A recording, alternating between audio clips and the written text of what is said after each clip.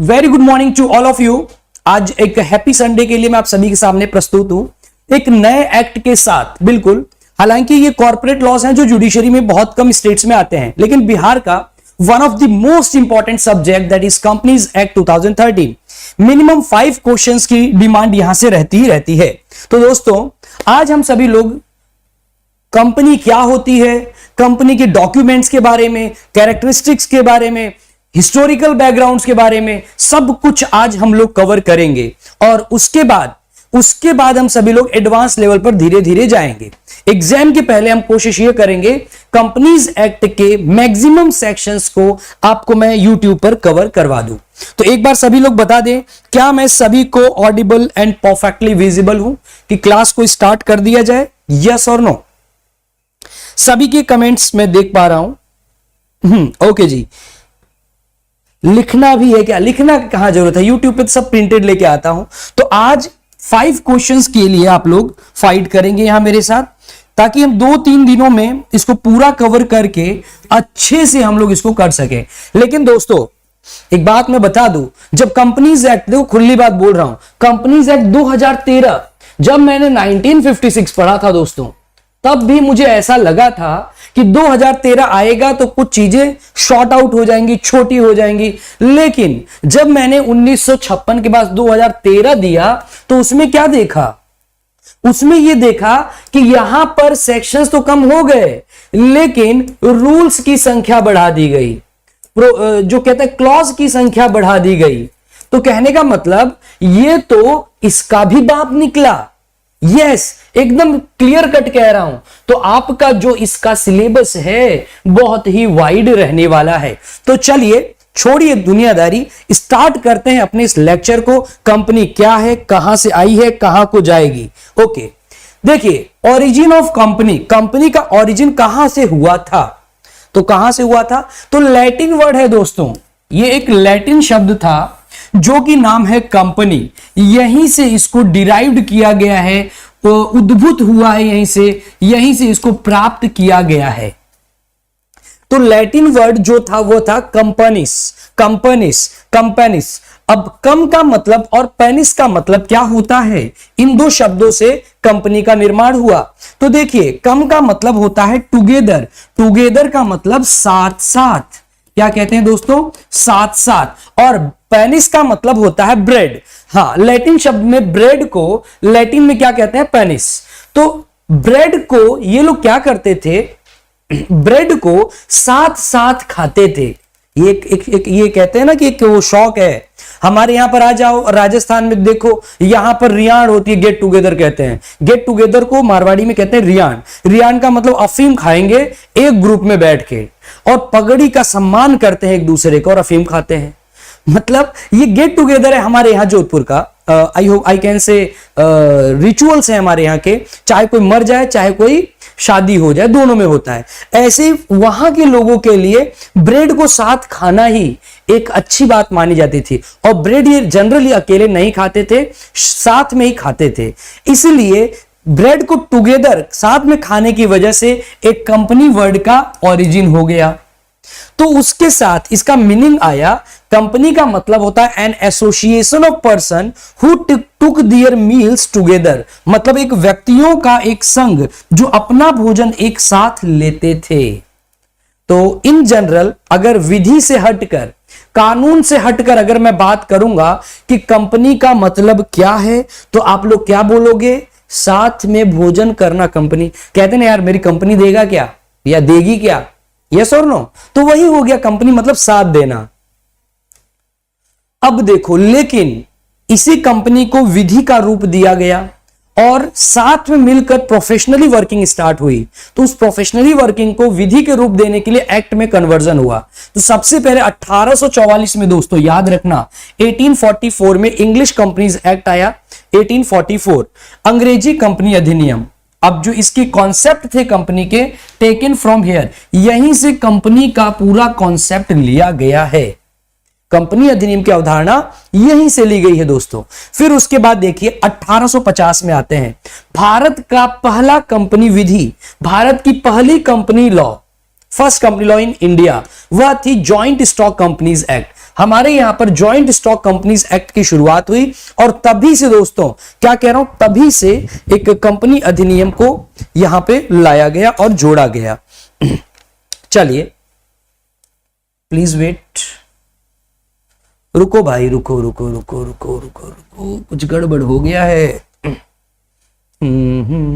हाँ जी, तो joint stock companies को यहां से लाया गया। फिर उसके बाद क्या होता है, ध्यान से देखिएगा, 1857 की बारी आई। क्या कह रहा हूं, 1857। अरे 1857 में क्रांति भी हुई थी, आप ही लोगों ने किया होगा या आपके पूर्वजों ने, याद करो वो दिन। तो 1857, आवाज नहीं आ रही है, आवाज सभी को क्लियर है क्या, जरा बता दें, सभी को क्लियर है? यस। जहां तक मैं अभी मोबाइल में कमेंट्स देख पा रहा हूं यार, कहीं प्रॉब्लम हो तो बता दीजिएगा। कमेंट बॉक्स अभी टीवी पे लग रहा है, जब तक मैं मोबाइल से देख रहा हूं। आ रही है, आ तो रही है आवाज? हाँ, आवाज दो, हम एक हैं। चलिए लेट्स स्टार्ट अगेन। तो फर्दर प्रोसीड करते हैं, बहुत बढ़िया। 1857 की क्रांति हुई थी जो हमारे और आपके पूर्वजों ने लड़ी थी। जॉइंट स्टॉक कंपनीज एक्ट 1857 का गठन इसी 1857 में हुआ था। इसने जॉइंट स्टॉक कंपनी एक्ट 1850, जो पहले वाली थी दोस्तों 1850 वाली, उसको क्या कर दिया, उसको रिपील कर दिया। इसी को रिपील कर दिया गया लास्ट में। किसके द्वारा रिपील किया गया? 1857 के द्वारा। फिर इसमें 1857 जो आया, इसमें नई चीज क्या आई, इसमें लिमिटेड लायबिलिटी इंट्रोड्यूस किया गया पहली बार। ओके, सीमित जो दायित्व होता है, देता नहीं, सीमित दायित्व करिए इसको, सीमित दायित्व कंपनी कहते हैं। तो सबकी एक सीमित दायित्व होगी जो कंपनी में होंगे। फिर उसके बाद देखो, बैक टू बैक चल रहा हूं आपके 2013 तक के लिए। 1857 के बाद 1860 का जन्म हुआ, एक जॉइंट स्टॉक कंपनीज एक्ट 1860 भी बना, और फर्स्ट कॉम्प्रिहेंसिव एक्ट, मतलब एकदम कॉम्प्रिहेंसिव एक्ट, मतलब जिसमें सब कुछ हो, सारे प्रोविजन, सारी चीजें, कमी नहीं रखी गई, वो लाया गया 1866 के अंतर्गत। फिर उसके बाद 1882 की बारी आई, इसको वापस से रिकास्ट किया गया, जो 1913 तक फोर्स में रहा। और 1913 में इंडियन कंपनीज एक्ट 1913 का भी जन्म हुआ। क्या कह रहा हूं, इंडियन कंपनीज एक्ट 1913 का भी जन्म हो गया धीरे धीरे। फिर क्या हुआ दोस्तों, ध्यान से देखो, ऊपर लेके आ रहा हूं मूव। ओके, हाँ, सभी को आई होप विजिबल होगा। देखो 1913 में क्या हुआ, बहुत सारे अमेंडमेंट कर दिए गए। क्या कह रहा हूं, 1913 में बहुत सारे अमेंडमेंट कर दिए गए। और क्या किया गया, एवरी ईयर, और इंडियन कंपनीज एक्ट को पास किया गया, इंडियन कंपनीज एक्ट 1908 के आधार पर। मतलब क्या हुआ कि 1913 का जो ये कंपनी एक्ट आया था, इसके पहले इसको किसके बेस पर खोला गया था? 1908 के। मतलब इंग्लिश कंपनीज एक्ट 1908 जो पास हुआ था, इसको फॉलो करते हुए यह एक्ट पारित हुआ था। लेकिन इस एक्ट में बहुत सारे संशोधन कर दिए गए। क्या कह रहा हूं, 1913 वाले कानून के अंतर्गत बहुत सारे संशोधन कर दिए गए। इतने संशोधन कर दिए गए कि इसका जीना मुश्किल हो गया। तो अब इसने सोचा मैं भी अपने घर चलता हूं, कोई नया कानून आएगा। यस, अब देखो क्या हुआ दोस्तों, 1956 की बारी आती है। कमेंट्स पूरे टीवी पर कर दो। अब 1956 की बारी आती है दोस्तों। क्या कह रहा हूं, 1956 की। 1956 एक्ट पास हुआ, बड़ा प्यारा एक्ट था वैसे बताऊं, लेकिन यह भी किसी से कम नहीं था। 658 सेक्शन लेके बैठा था। कितने? एक कंपनी एक्ट 1956 पारित हुआ, जो कि बेस्ड था इंग्लिश कंपनीज एक्ट 1943 पर। ध्यान से देखो, 1913 के बाद 1943, इसी अंग्रेजों की कंपनी एक्ट पर बेस करके आधारित 1956 में कंपनी एक्ट 1956 बनाया गया। और इसी कंपनीज एक्ट के अंतर्गत दो पार्ट में बांटा गया। पहला, टोटल धाराएं, कुल धाराएं 658 थी, और कुल शेड्यूल, कुल अनुसूचियों की संख्या इसमें 15 की गई थी। यस और नो? अब 15 अनुसूचियां, 658 सेक्शन, चलो इसके अंदर फिर संशोधन किया गया। बार बार जब संशोधन करोगे तो उसका समझ लो निपटारा हो जाता है। इसीलिए कहते हैं देश के टुकड़े मत होने दो, जितने टुकड़े होंगे उतने जल्दी देश खत्म होता है। That's why we want Balochistan in India, part of India, right? Kashmir को हम अलग क्यों नहीं होने देना चाहते हैं? रीजन इज दैट जितनी बार आप संशोधन करोगे खत्म हो जाएगी चीजें। देख लीजिए इतिहास आपके सामने है। तो कंपनीज एक्ट 1956 में 25 बार बदलाव किए गए। फाइनली 2013 में आप लोग खुशी मनाइए, 2013 के अंतर्गत एक कंपनी एक्ट पास हुआ 2013। Okay, it introduced a new company bill. इसके द्वारा एक कंपनी बिल आया और एक नया कानून पारित हुआ। तो 2013 में आप लोग आ चुके हैं, बधाई हो। 2013 के बाद से ही संसद के द्वारा नोटिफिकेशन पे नोटिफिकेशन जारी करके जितने इंटर्नीज थे, जितने सीए थे, जितने सीएस थे, इनके दिमाग की धज्जियां उड़ा दी गई थी इस कंपनी एक्ट के नोटिफिकेशंस के द्वारा। बार बार इतने नोटिफिकेशंस जारी हुए, इतने रूल्स आए, जब देखो सोमवार को दिन, संडे को लेके बैठे थे, अरे नया नोटिफिकेशन आ गया, अरे नया नोटिफिकेशन आ गया। मतलब अब संशोधन नहीं कर रहे हैं, अब एक वो ले लिया रूल्स, नया रूल्स जारी हो गया। तो मतलब मैं ऐसा मानता हूं कि 2013 का जो कंपनी एक्ट आया वो इसलिए लाया गया था कि पुरानी गलतियों को सुधार कर नया चीज लाया जाए, नए कॉन्सेप्ट्स लाए जाए और गलतियों को हटाया जाए। लेकिन मुझे लगता है थोड़ी जल्दबाजी करके इस एक्ट को लेके आया गया और जल्दबाजी का नतीजा यह हुआ कि हर रोज, आए दिन, हर वीक एक नया नोटिफिकेशन आ जाता है छोटे मोटे बदलावों को लेकर। तो दोस्तों, लेकिन फाइनली 2013 अब आ गया है, हम इसका सम्मान करते हैं, इसको हम पढ़ेंगे और जुडिशरी में अच्छे मार्क्स लाएंगे। चलिए, हाँ जी, एक बार बता दें सभी लोग यहां बैठे हो कि नहीं बैठे हो, क्योंकि आपका पार्टिसिपेशन मुझे मिल नहीं रहा है। जब तक देखो ये 2 वे प्रोसेस होता है, वहां से गोली चलेगी तो यहां से भी डिफेंस होगा। समझो बात को। एक बार सभी लोग जय हिंद लिख दीजिए और थम्स अप कर दीजिए, गुड मॉर्निंग कर दीजिए। संडे आपके लिए आया हूं यार, पार्टी छोड़ दी मैंने मेरी, समझो यार। और आप लोग हो कि यस यस, वेरी गुड। चलिए, तो आगे बढ़ते हैं दोस्तों। अब द कंपनीज एक्ट 2013 की शुरुआत करते हैं। क्या है कंपनीज एक्ट 2013? ध्यान से देखिए, एक्ट नंबर 18। पहला प्रश्न, कंपनी अधिनियम 2013 का एक्ट नंबर कितना है? याद रख लो, इसका जो एक्ट नंबर है वह है 18। कहने का मतलब 2013 में जब 17 कानून बना के हमारा लेजिस्लेचर थक गया तो 18वें नंबर पर एक कानून बनाया गया जिसका नाम रखा गया कंपनीज एक्ट 2013। इसका मतलब यही होता है, 17 कानून बनाए, 18वें नंबर पे इनको बनाए। फिर कुल अध्याय की अगर बात की जाए तो दोस्तों, पहले कितने अध्याय थे? ओल्ड कंपनी एक्ट 1956 में 26 अध्याय थे, अब कितने हैं? 29। ठीक है, चीजों को समझो। 26 चैप्टर अब 29 हो गए, और लो कर लो छोटा। टोटल सेक्शंस पहले 658 थे, आज के टाइम इसको कम करके 470 कर दिया। लेकिन एक भी सेक्शन आप उठाएंगे उसके अंतर्गत 15-15 सब सेक्शन घुसा दिए गए हैं। चलिए कोई बात नहीं, मैं आपको एक लगा दूं 1470, तो आप बुरा मत मानिए। 470 तो ये सिर्फ नाम है दोस्तों, इसके अंतर्गत 1470 सेक्शंस बन सकते हैं। सो ऐसा याद मत करके जाना, आप इतना याद करिए कि 470 इसके अंतर्गत सेक्शंस हैं। पुराने वाले कंपनी अधिनियम में 658 थे। ओके, हाँ, ये पीडीएफ में प्रोवाइड करवा दूंगा, don't worry Sushil Kumar. Next, अगर मैं कुल अनुसूचियों की बात करूं दोस्तों, तो यहां पर पहले 15 शेड्यूल थे, आज की डेट में कुल 7 अनुसूचियां हो गई है। ओके, एनआई एक्ट का एक लेक्चर मैंने डाल रखा है, एनआई एक्ट का एक लेक्चर मैं और डाल दूंगा।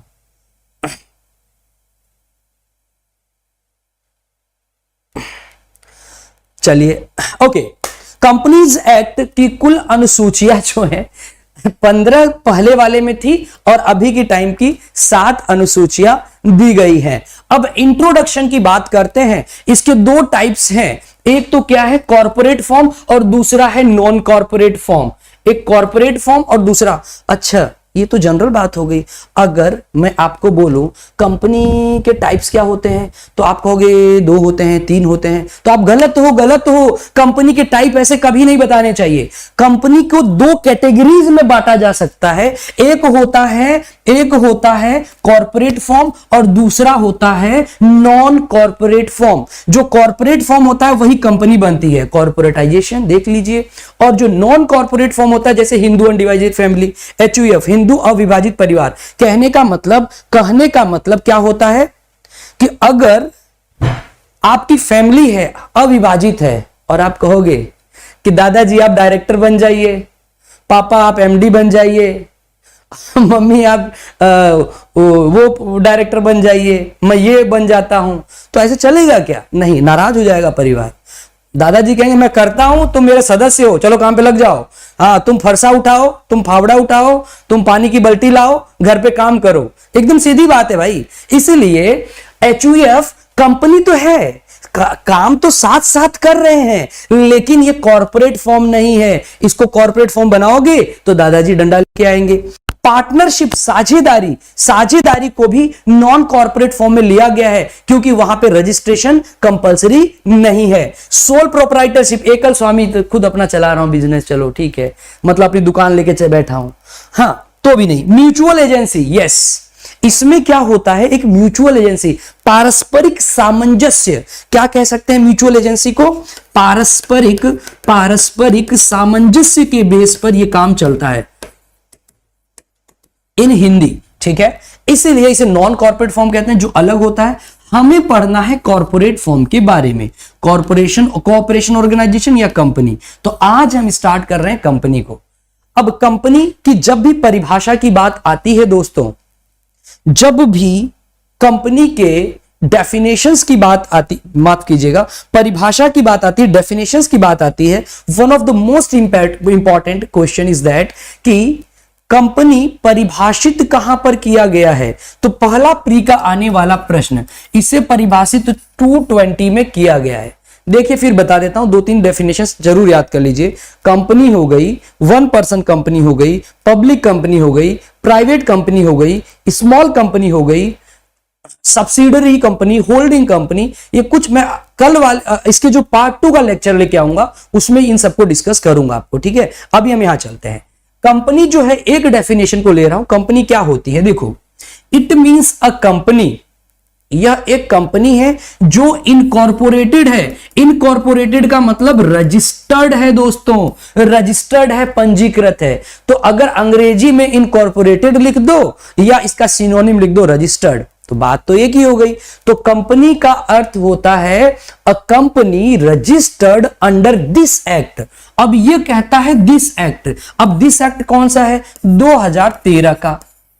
तो वापस पढ़ते हैं, a company means a company incorporated under companies act 2013 और under any previous company law. अब ये प्रीवियस कंपनी लॉ क्या होता है?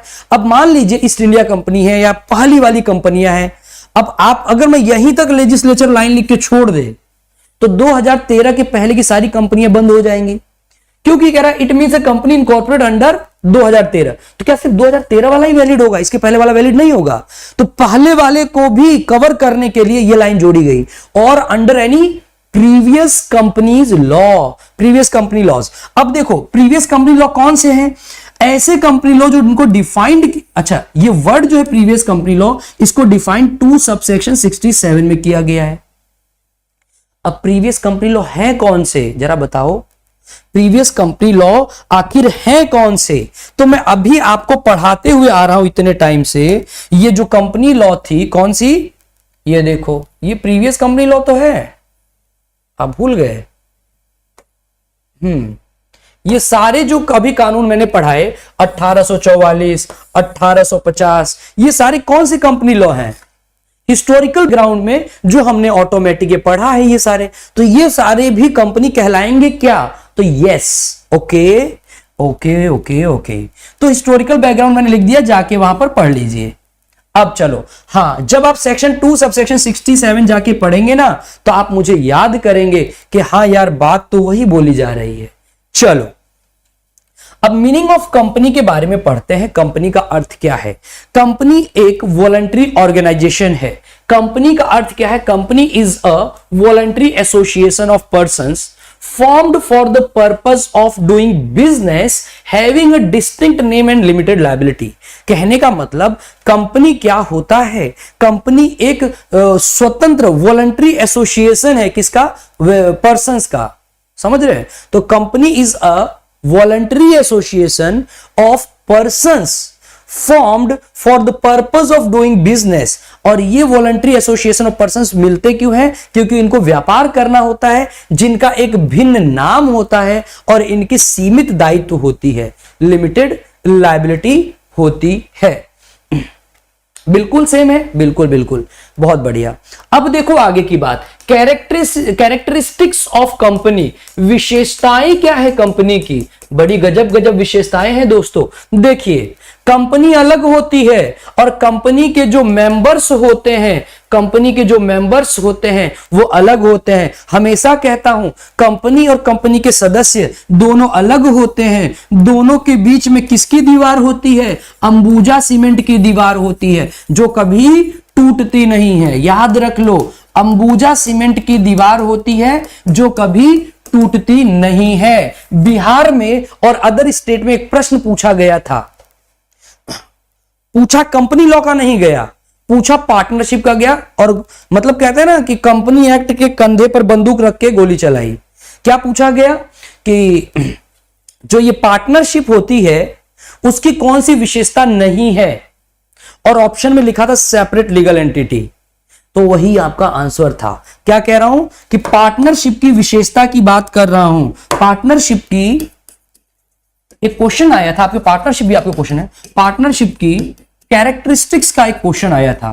कैरेक्टरिस्टिक्स मतलब इसकी विशेषता क्या है? A option, B option, C option और डी ऑप्शन में लिखा था सेपरेट, कल ही कराया था मैंने मॉक में, सेपरेट लीगल एंटिटी, पृथक विधिक, चलो हिंदी तो जानते हो, पृथक विधिक, एक अलग विधिक इकाई। ठीक है, अलग विधिक इकाई लिख देता हूं, अलग विधिक इकाई। अब मेरा यह प्रश्न है दोस्तों कि कंपनी की कौन सी विशेषता नहीं है? कंपनी की कैरेक्टरिस्टिक्स नहीं, माफ कीजिएगा, पार्टनरशिप मतलब साझेदारी, साझेदारी की विशेषता नहीं है। ठीक है, पार्टनर साझेदारी की विशेषता कैरेक्टरिस्टिक्स नहीं है। तो आपका आंसर क्या होगा? आपका आंसर होगा डी ऑप्शन। क्योंकि पार्टनरशिप में पार्टनर, वापस सुन लो, पार्टनरशिप के अंतर्गत जो पार्टनरशिप होती है, जो पार्टनरशिप होती है और जो इसके पार्टनर्स होते हैं, साझेदार होते हैं, दोनों एक ही गोले के अंदर आएंगे। Both are same. बट अगर कंपनी की बात की जाए तो कंपनी यहां रहती है, सदस्य यहां रहते हैं, ये दोनों अलग अलग होते हैं। इसलिए यहां पर सेपरेट लीगल एंटिटी का कॉन्सेप्ट लगता है। मेंस में आने वाला, अगर बिहार का मेंस का प्रश्न आता है तो बिहार के मेंस में यहां से क्वेश्चन आएगा, यहां से क्वेश्चन आएगा। रूपाली गोले पूछ रही है what is mean by corporate will. जैसे घर में दुल्हन आती है तो दुल्हन को पहले जमाने में क्या होता था? पहले जमाने में यह होता था कि दुल्हन को देखा नहीं है, तो जब खुलजा सिम सिम वाला रोल चलता था दोस्तों, समझ रहे हो नहीं समझ रहे हो, कि दुल्हन आएगी, उस किशोर कुमार गाना नहीं सुना है, घूंघट उठाओ, तो घूंघट उठाओगे तब पता चलेगा किस्मत सही है कि गड़बड़ा गया है। उसी तरह से कई कंपनियां क्या करती हैं दोस्तों, नाम कंपनी दिखा देती हैं। ध्यान से सुनना मेरी बात को, नाम कंपनी दिखा देती हैं और अंदर जो काम है वो गलत गलत कर रही होती है। कंपनी बनाकर कंपनी के अंदर गलत गलत काम करना, इलीगल वर्किंग करना, और बाहर से दिखावा चल रहा है, एक बड़ी बढ़िया कंपनी चल रही है। तो ऐसा अगर कोई काम करता है तो सरकार, गवर्नमेंट, जो आपका डिपार्टमेंट्स हैं, वो उस कंपनी के पर्दा को उठाती है, एक्चुअल में देखती है जाके, अरे बाहर से तो कंपनी लग रहा था, ये अंदरवा क्या कर रहा है ये तब पता चलता है जब उसके आंतरिक जांच करते हैं, इंटरनल चेकिंग करते हैं कंपनी का, तो पता चलता है ड्रग सप्लाई कर रहा था। अच्छा, यहां तो ये पब्लिक पॉलिसी के, लोक नीति के विरुद्ध कार्य चल रहा है। तब उसको कहते हैं पियर्सिंग और लिफ्टिंग ऑफ कॉर्पोरेट व्हील, मतलब कंपनी का पर्दा उठाना। फिर कंपनी का जब पर्दा उठता है तब डायरेक्टर महोदय और सदस्य महोदय जो भी वहां एक्टिव हैं वो हथकड़ी लगती है और जेल जाते हैं। Getting my point? It is called lifting और piercing of corporate veil. I hope you got my point. बाद का प्रश्न आपने अर्ली पूछ लिया। टॉपिक पे आइए। कैरेक्टरिस्टिक्स ऑफ कंपनी क्या होता है? इसको कहते हैं सेपरेट लीगल एंटिटी। ध्यान से देखिए, अ company is an artificial person. अरे भाई, कंपनी आर्टिफिशियल पर्सन है, क्यों है? क्योंकि मैं यहां पर पढ़ा सकता हूं, कंपनी खड़े होकर पढ़ा सकती है आपको। मैं नेचुरल पर्सन हूं, मैं सांस ले सकता हूं, मैं बोल सकता हूं, मैं शादी कर सकता हूं, पत्नी को मैं तलाक दे सकता हूं, है? मैं वोट दे सकता हूं। ये जाएगा ससुरा कंपनी? कागज में है, कागज में रहोगे। हाँ, मैं मर सकता हूं, अगर आपने मुझे गोली मार दी, मेरे को अच्छा नहीं पढ़ा रहे हैं, गोली मार दी, मैं मर जाऊंगा यहीं पे। लेकिन कंपनी मरेगी क्या गोली से? नहीं मरेगी, उसकी भी कुछ अपनी ऊंचाइयां हैं। आओ, अ company is an artificial person having a personality which is different from its members. मतलब कंपनी का अपना एक पर्सनैलिटी होता है जो मेरे से और उससे क्या होगा? भिन्न होगा दोस्तों। अब देखिए, it means a company got an entity which is separate from its members. इसका मतलब क्या हुआ? कंपनी का एक अपना सदस्य है, कंपनी के अलग सदस्य होते हैं और कंपनी अलग होती है। मतलब अगर कंपनी के शेयर होल्डर्स या मेंबर्स सारे मर जाएं तो क्या कंपनी मर जाएगी? No, because they are separate. अभी आपको केस करना है, मान लीजिए, एग्जांपल लीजिए, आप कोई कंपनी का सिम उठा रहे हैं जियो का, तो अगर जियो ने आपको सर्विसेज अच्छी नहीं दी तो क्या अंबानी साहब के ऊपर आप केस फाइल करेंगे? नहीं, आप उनके ऊपर सूट फाइल, वरना अंबानी साहब काम कैसे करेंगे? वो तो फिर कोर्ट के चक्कर लगाते रह जाएंगे, इतने करोड़ों में जनसंख्या है हमारी। इसलिए ईज ऑफ एक्सेस को, लेजिस्लेचर का माइंड समझो, ease of access, ease of working, ease of doing business, corporatization करने के लिए यहां पर ऐसा कॉन्सेप्ट रखा गया कि कहीं बेचारा ऑनर कोर्ट के चक्कर लगाते लगाते चक्कर आके कह दे कि इंडिया में तो बिजनेस कभी नहीं करूंगा। इसलिए इस बात से बचने के लिए इस सेपरेट लीगल एंटिटी का कॉन्सेप्ट आया। कंपनी की अपनी अलग एंटिटी होती है, इंडिपेंडेंट ऑफ इट्स मेंबर्स, क्योंकि यह अपने नाम से प्रॉपर्टी को खरीद सकती है, यह कॉन्ट्रैक्ट कर सकती है। कंपनी, आप देखते हो दो कंपनियों के बीच में कॉन्ट्रैक्ट होता है। इट कैन फाइल सूट, यह वाद भी दायर कर सकती है, किसके? अपने स्वयं के नाम से। यह तीनों काम खुद के नाम से कंपनी कर सकती है। अब देखिए, अब देखिए, in real sense the members are the owners of the company. Members ही ऑनर होते हैं, but it is being managed by the directors. Actual में जो मेंबर्स होते हैं वही कंपनी के ऑनर्स होते हैं, बट निदेशकों द्वारा, डायरेक्टर्स के द्वारा इनको मैनेज किया जाता है, because it is absolutely necessary for it to have a human agency called as board of directors. अरे भैया, कंपनी खुद से तो चलेगी नहीं, है ना? कंपनी कागजों में उसको चलाने के लिए तो एक आदमी तो चाहिए, ह्यूमन एजेंसी तो चाहिए। उसी ह्यूमन एजेंसी को कहते हैं बोर्ड ऑफ डायरेक्टर्स। मतलब बीओडी, एक बोर्ड ऑफ डायरेक्टर्स का गठन किया जाएगा, हम पढ़ेंगे फ्यूचर। यही बोर्ड ऑफ डायरेक्टर्स पूरी कंपनी को क्या करते हैं? रन करते हैं। तो companies board of director, company के निदेशक मंडल। अब देखिए, इट कंसिस्ट, अब इन्हीं बोर्ड ऑफ डायरेक्टर्स के अंदर डायरेक्टर्स बहुत सारे पाए जाते हैं। अब ये डायरेक्टर का काम क्या है इन बोर्ड ऑफ डायरेक्टर्स का? देखिए, मतलब कंपनी के बोर्ड ऑफ डायरेक्टर क्या करेंगे? सिर्फ क्या कॉफी और चाय पियेंगे टेबल पे बैठ के? नहीं, ये काम करते हैं बेचारे। मेक एनुअल बजट, ये कंपनी का एनुअल बजट बनाते हैं। Compensation arrangement of the top officials, जो मैनेजर होते हैं, ये सब चीजें होती हैं, आगे के सुपरवाइजर्स होते हैं, सबका ये कंपेंसेशन अरेंजमेंट करते हैं। Elect CEO of the company by casting there votes, company का सीईओ कौन होगा ये वोट देके बताते हैं। रेस्पॉन्सिबिलिटीज, याद रखो, नकुम नीरज, आपका क्वेश्चन आपका आंसर। अच्छा लगा? रेस्पॉन्सिबिलिटीज कौन बियर करेगा? जल्दी बताओ। Board of directors. Responsible for organization performance, ये ही ऑर्गेनाइजेशन के संगठन के परफॉर्मेंस के लिए रेस्पॉन्सिबल होते हैं। Set out company rules, governance and policies, company के रूल्स, गवर्नेंस और नीतियों को बनाने का काम इनका ही होता है। अब देखिए एक केस आया था दोस्तों, हाँ दीपक प्रणाम आपको भी। देखिए केस आया था एक, क्या कह रहा है, new horizons limited versus union of India. तगड़ा केस था दोस्तों, ये लैंडमार्क जजमेंट था, बड़े मजेदार केस था। इसमें बोला गया कि जो शेयर होल्डर का अगर 10 साल का एक्सपीरियंस है तो कंपनी का भी एक्सपीरियंस मान ले क्या, क्योंकि शेयर होल्डर्स और ये सेपरेट हैं बट काम तो एक ही जगह कर रहे हैं। नो नो नो नो, इसने बोला कंपनी अलग है, शेयर होल्डर्स अलग हैं, तो कंपनी का जो एक्सपीरियंस है वो अलग काउंट होगा, शेयर होल्डर का एक्सपीरियंस कंपनी में कभी भी काउंट नहीं होगा। ओके आगे चलिए, अगला पॉइंट वापस लिखिए सुभद्रा, वापस लिखिए। अब देखिए जनरली सामान्यतः क्या होता है, experience of share holders can not be regarded as experience of company. जो कंपनी का शेयर होल्डर का एक्सपीरियंस होता है उसे कभी भी कंपनी के एक्सपीरियंस में काउंट नहीं कर सकते, सेपरेट लीगल एंटिटी। ओके अब देखो एक केस आया था, उस पूरे केस को मैं आपको आज डिस्कस करूंगा 5 मिनट के अंदर। यह केस आपके बिहार जुडिशरी में पूछा गया है, आप देख लीजिएगा प्रीवियस ईयर के पेपर्स में। क्यों नहीं सीधे कंपनी पर बात करो ना राम कुमार, कौन मना कर रहा है? कंपनी के नाम से ही आप सूट फाइल करेंगे, यस और नो?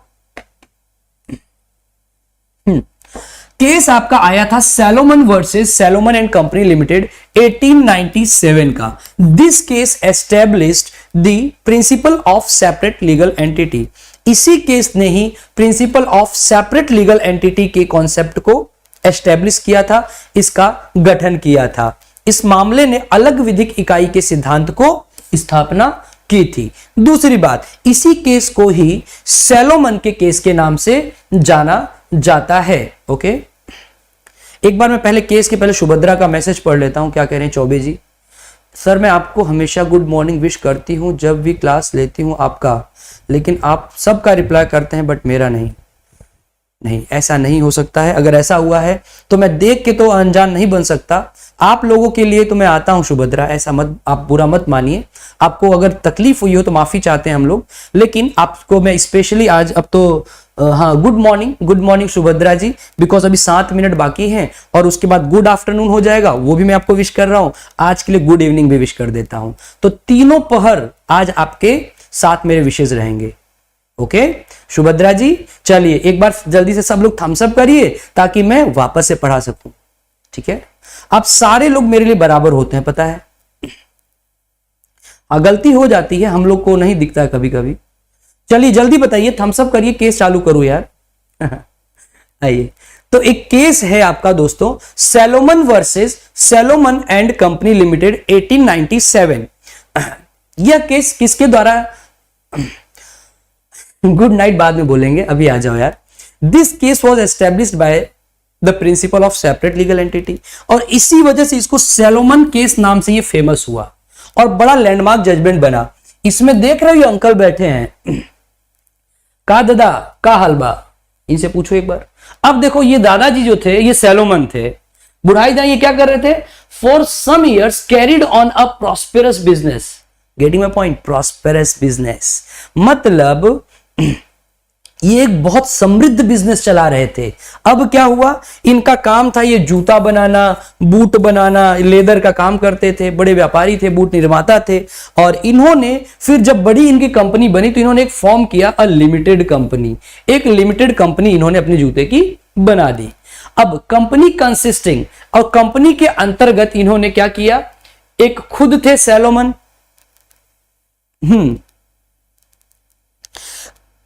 श्वेता यादव, आपके क्वेश्चन तक मैं पहुंचू कैसे, अभी तो मैं बेसिक कॉन्सेप्ट में हूं, धीरे धीरे मैं आऊंगा। आप जो सिविल लायबिलिटी, क्रिमिनल लायबिलिटी की बात करें, सब कुछ लेके आऊंगा। ये आपका आगे का टॉपिक है, अभी पहले कैसे बताऊं, थोड़ा सा वेट करिए प्लीज। अब देखिए, कंपनी कंसिस्टिंग सैलोमन, कंपनी के अंतर्गत एक व्यक्ति था जिसका नाम था सैलोमन, और सैलोमन की एक पत्नी थी, उसकी पुत्री थी, और 4 उसके पुत्र थे, मतलब 4, 5, 6, 7 जने। All 7 members subscribed for 1 share of £1 each. इन चारों ने क्या किया, चारों क्या सातों ने एक एक पाउंड के एक एक शेयर को सब्सक्राइब खरीद के रख लिया। सैलोमन जो थे वो खुद एमडी बने इस कंपनी के। कंपनी बनाने के बाद मैं खुद एमडी हूं, मैनेजिंग डायरेक्टर हूं, और उसके जो दो सन्स थे उनको अन्य निदेशक के रूप में नियुक्त किया गया। ध्यान से देखिएगा, सैलोमन इस कंपनी के एमडी बने और दोस्तों जो दो पुत्र थे इनके वह अदर डायरेक्टर्स बन गए। अब देखो क्या हुआ, Salomon sold his business to the company for ₹38,782 pounds. क्या बोला, सैलोमन ने अपना व्यवसाय, अब आप जानते हैं दोस्तों कंपनी अलग होती है, कंपनी के मेंबर्स अलग होते हैं, तो ये लोग कौन हैं, ये लोग कौन हैं, ये कंपनी के मेंबर्स हैं दोस्तों। तो ये बोला गया इन्होंने क्या किया, इन्होंने बिजनेस कंपनी को बेच दिया।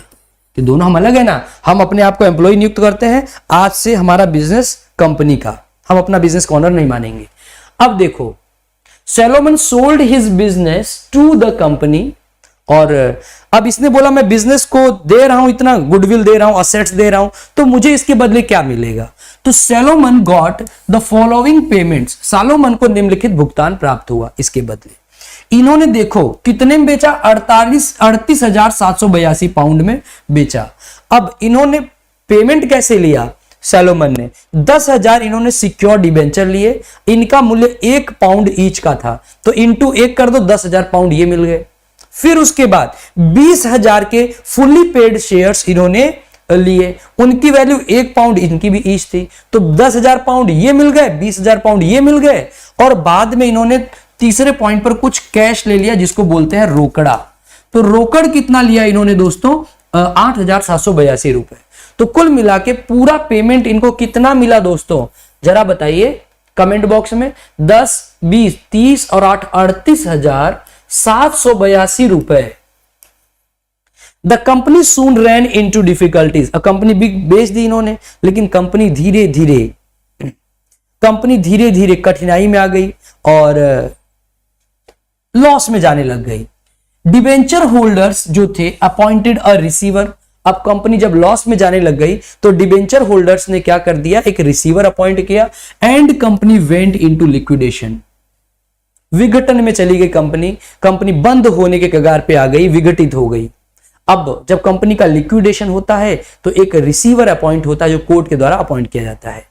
अब देखिए total assets of the company, जब भी कंपनी का लिक्विडेशन होता है तो कंपनी के टोटल असेट्स को चेक किया जाता है। तो जब पता चला कंपनी की कुल संपत्ति कितनी कैलकुलेट हुई है, तो पता चलता 6,050 पाउंड, 6,050 पाउंड जो है वह as a secure debenture company की कुल संपत्ति है दोस्तों। लो जी कर लो बात, ये मांगते कितने हैं, ऐसे इतने, और असेट्स कितनी है 6,050। मामला ये हुआ दोस्तों कि एक अनसिक्योर्ड ट्रेड क्रेडिटर्स आए, क्या कह रहा हूं, अनसिक्योर्ड ट्रेड क्रेडिटर्स, ये कंपनी से 8,000 पाउंड मांगते हैं। इन्होंने कंपनी को बोला मैं अनसिक्योर्ड ट्रेड क्रेडिटर हूं, मुझे 8,000 पाउंड दीजिए। तो यहां पर मामला गया कोर्ट में।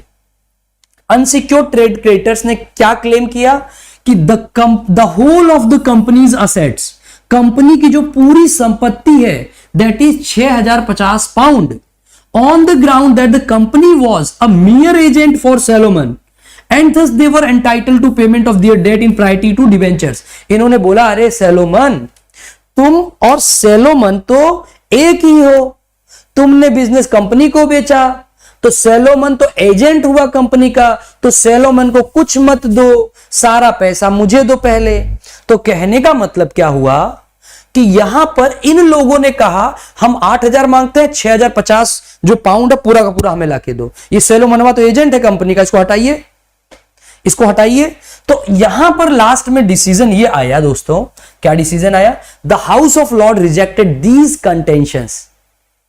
हाउस ऑफ लॉर्ड ने इस कंटेंशन को, इन तर्कों को खारिज कर दिया। शॉर्ट में वापस बता दूंगा मणिशंकर, प्लीज वेट, ठीक है। A company registration has its own existence और personality separate and distinct from its members. Share holder can be equated with a company even if he holds virtually the total share of the company. तो इसमें यह बोला गया, house of Lords ने बोला नहीं, आपके तर्कों से मैं सहमत नहीं हूं अनसिक्योर्ड ट्रेड क्रेडिटर्स। ये सारा का सारा 6050 पाउंड आपको नहीं मिलेगा, क्योंकि सैलोमन और कंपनी दोनों अलग हैं। आप ये कह के सैलोमन को पेमेंट देने से नहीं रोक सकते कि ये एजेंट है कंपनी का। आई होप सभी को क्लियर हो गया होगा। इन शॉर्ट मैं आपको वापस समझाता हूं, सुनिएगा। इसी डब्बे में समझा दूंगा। देखो, ये कंपनी है, ये सैलोमन है, और ये थर्ड पार्टी मान लो, थर्ड पार्टी कोई है, अनसिक्योर्ड जिसको हम कह रहे हैं, अनसिक्योर्ड क्रेडिटर्स। अब क्या हुआ, कंपनी बंद हो गई, मान लीजिए, घर की भाषा में समझो, कंपनी के पास 6050 पाउंड ही पड़े थे। अब कंपनी से पैसा ये भी मांग रहा है, कंपनी से पैसा ये भी मांग रहा है। अब ये थर्ड पार्टी अनसिक्योर्ड क्रेडिटर चला गया कोर्ट में, कहा कि भैया ये सैलोमनवा तो एजेंट है, क्योंकि इसी ने तो कंपनी बनाई थी ये, और मुझे सारा पैसा मुझे दो, 6050 पूरा का पूरा। लेकिन कंपनी जब भी लिक्विडेट होती है तो सारा पैसा प्रोपोर्शनेटली डिस्ट्रीब्यूट होता है। आई होप यू नो दैट। ये पूरा होल अमाउंट ये मांग रहा था। तब बोला गया, हाउस ऑफ लॉर्ड ने बोला नहीं, मैं आपकी बात से सहमत नहीं हूं, एजेंट नहीं है, दोनों सेपरेट मेंबर्स हैं, सेपरेट लीगल एंटिटी का कॉन्सेप्ट है, इसलिए इसके कंटेंशन को कोर्ट ने रिजेक्ट कर दिया। किस बेस पर? सेपरेट लीगल एंटिटी के बेस पर। आई होप यस, जो थे उनको समझ में आया। भी ये शॉर्टकट था। अब पढ़ लीजिएगा कंटेंट आप लोग। इसी तरह से एक और केस जुडिशरी में बार बार पूछा जाता है, Lee versus Lee's Air Farming Limited 1961। अब Lee versus Lee Air Farming Limited एक केस था, यह भी इससे संबंधित था। Macaura versus Northern Assurance Company Limited भी इससे संबंधित था। अब सुनो, ये जो केस है ना, ली versus Lee Air Farming limited, इसमें क्या हुआ था, कहानी बता देता हूं, सुन लीजिए।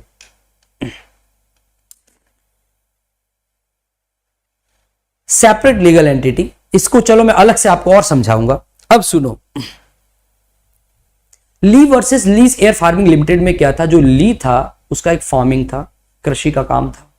ये क्या करता था, ये एक पायलट का काम करने लग, पायलट के रूप में छिड़काव का काम करता था। लेकिन क्या हुआ कि जैसे ली ने अपने आप को कंपनी बनाकर उसके अंतर्गत एक एम्प्लॉय के रूप में एस्टेब्लिश कर दिया कि मैं खुद क्या हूं, अब से कंपनी का एम्प्लॉय हूं, और सैलरी उठाता था। ये ली ने अपनी कंपनी बनाकर उसी कंपनी से खुद की सैलरी उठाता था कि मैं कंपनी के लिए काम कर रहा हूं। क्या काम कर रहा हूं? एयर फार्मिंग का, छिड़काव का। तो जब वो एयर फार्मिंग कर रहा था, ये एज अ पायलट अपॉइंट था ली। तो जब ली अपनी कंपनी में एज अ एम्प्लॉय काम कर रहा था, तब उसका वहां पर एक्सीडेंट में शायद वो उसकी डेथ हो गई। तो डेथ होने के बाद जो ली की विधवा थी, उसने बोला कि मेरे को क्या चाहिए, कॉम्पेंसेशन चाहिए, एज ली जो थे मेरे पति थे और ये काम करते हुए कंपनी के लिए मरे हैं। तो कंपनी खुद इनको कॉम्पेंसेशन दे, मतलब पत्नी कह रही है ली का कॉम्पेंसेशन मुझे मिलना चाहिए ली के बदले, क्योंकि मेरे पति की मृत्यु हुई है। तो वहां पर बिल्कुल सही ठहराया गया और कहा गया बिल्कुल आपको कॉम्पेंसेशन मिलेगा, क्योंकि कंपनी मना कर रही थी, कंपनी के सदस्य मना कर रहे थे। लेकिन यहां पर डिसीजन आया, कंपनी अलग है, कंपनी के सदस्य अलग होते हैं, इसलिए कंपनी ली को कॉम्पेंसेशन देगी, because there is a separate legal entity. बोलो समझ में आया? कंपनी अलग है, कंपनी के सदस्य अलग हैं। अब आइए आगे की बात करते हैं। ये तो मैंने थोड़ा सा एक विशेषता में ज्यादा टाइम क्यों लगाया, मेंस का आपका ये आने वाला क्वेश्चंस होता है। मेंस में पूछा जाता है प्री के बाद कि सेपरेट लीगल एंटिटी कॉन्सेप्ट पर एक लेख लिखिए, तो आप लिख सकते हैं। अब देखिए मीनिंग ऑफ कंपनी की बात करते हैं एक बार वापस से। कंपनी एक वॉलंटरी एसोसिएशन ऑफ पर्संस होता है, व्यक्तियों का संघ होता है, स्वैच्छिक संघ, formed and registered under the companies act 2013। देखो मैंने जो भाषा बोल रहा था अब मैं लिख दिया, या फिर अंडर एनी प्रीवियस लॉ, और प्रीवियस लॉ को डिफाइंड कहां किया गया है, एनी प्रीवियस लॉ को सेक्शन 2 सबसेक्शन 67 में। कानून की नजर में यह एक आर्टिफिशियल पर्सन होता है, having separate legal entity from its members, it has perpetual succession and also has a common seal. कहते हैं कि कंपनी की एक सतत उत्तराधिकार है और इसकी एक सामान्य मुहर है। मैं ये क्यों पढ़ा रहा हूं आपको, आपका एक ऑप्शन आएगा, what are the characteristics of company, 3 option लिखा रहेगा, चौथे में रहेगा D all of the above, आप डी लगा दीजिएगा। या मे बी एक ऐसा आएगा जो 3 गड़बड़ होंगे, 1 सही होगा। तो इन कैरेक्टरिस्टिक्स को आप पढ़ के जाओगे तो वो क्वेश्चन सॉल्व कर सकते हो।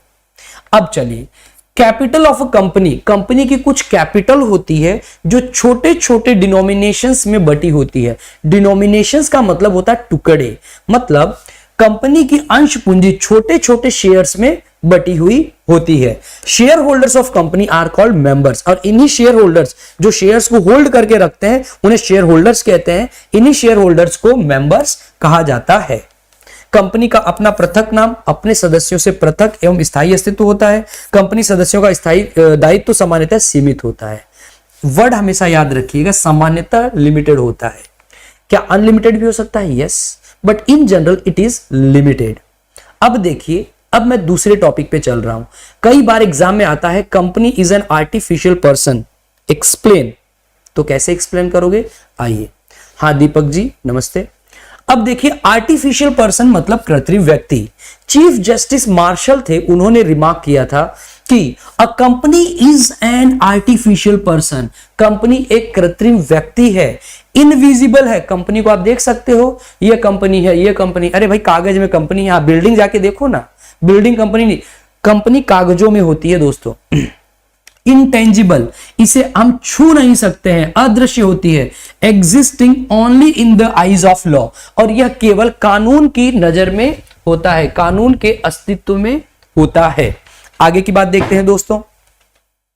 कंपनी की कभी भी ना तो कोई फिजिकल बॉडी, अरे कृत्रिम क्यों है? जैसे हमारी फिजिकल बॉडी में पढ़ा रहा हूं, देखो ऐसे ऐसे कर रहा हूं, ये कर सकती है कंपनी? ऐसे ऐसे नहीं कर सकती। इसकी सॉल्व, हम अपनी आत्मा से आपको प्यार करते हैं दोस्तों, क्या ये हमको कर सकता है? इसकी कोई आत्मा नहीं होती है, ये रोबोट की तरह काम करता है भाई, ये है, ये गलत है, ये सही है, ये गलत है, कानून के हिसाब से। अब देखो कॉन्साइंस, इसकी अपनी खुद की कॉन्साइंस होती है, अंतः चेतना होती है हमारी, क्या इसकी होती है? क्या नहीं होती है। इसलिए कंपनी को क्या कहते हैं? आर्टिफिशियल पर्सन कहते हैं। लेकिन हम जैसे एक अच्छे व्यक्ति हैं, ऐसी कंपनी भी एक कोई अच्छा लीगल पर्सन है क्या? कहीं ये फिक्टिशियस तो नहीं है? No, it is not a fictitious person. यह एक जाली व्यक्ति नहीं है, फेक पर्सन नहीं, इसका मतलब ये विशेषताएं नहीं है। तो it is a real person. Real मतलब हमारे जैसा रियल नहीं, मतलब फेक नहीं है। ये कंपनी वास्तव में एक विधिक व्यक्ति है जो अच्छा काम करती है। कंपनी के पास सारे वो अधिकार होते हैं। अभी कुछ अच्छी बातें, जैसे हमारे पास एक अधिकार होते हैं, ऐसी कंपनी के भी अपने राइट्स होते हैं। कंपनी के पास सेम पावर होते हैं जो एक व्यक्ति के पास एक होते हैं।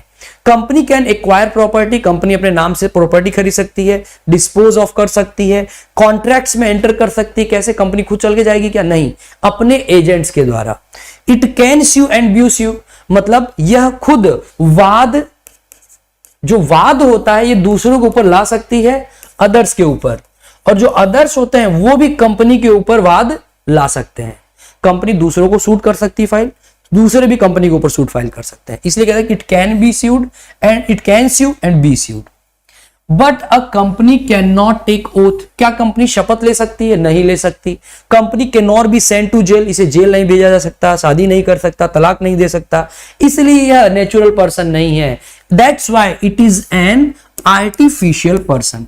अरे अब तो थोड़ा बहुत लिख दोगे अगर क्वेश्चन में आ गया तो। अब देखो, कंपनी के मनुष्यों की तरह ही उतने ही व्यावसायिक दायित्व तथा अधिकार हो सकते हैं जितने कि एक प्राकृतिक व्यक्ति के होते हैं। अब आइए थर्ड पॉइंट की बात करते हैं दोस्तों। थर्ड पॉइंट क्या कह रहा है? परपेचुअल सक्सेशन, सतत उत्तराधिकार। Company is a legal entity with having perpetual succession. बड़ी अच्छी बात इसमें बताऊंगा मैं आपको, अभी आएगा नकुम नीरज, वेट करिए, आपका क्वेश्चन का आंसर आ जाएगा आगे। कंपनी एक सतत चलने वाली, परपेचुअल, बहुत कुछ लिख दोगे,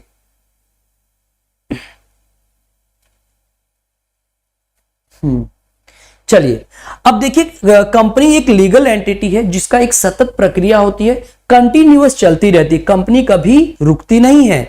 परपेचुअल सतत उत्तराधिकार होता है, क्योंकि यह कभी खत्म नहीं होता है। It is created by law, मतलब इट नेवर डाइज का मतलब it is created by law. ये हमारी तरह सांसें लेना बंद कर दे तो मर नहीं जाएगा। It is created by law and can be dissolve only by law.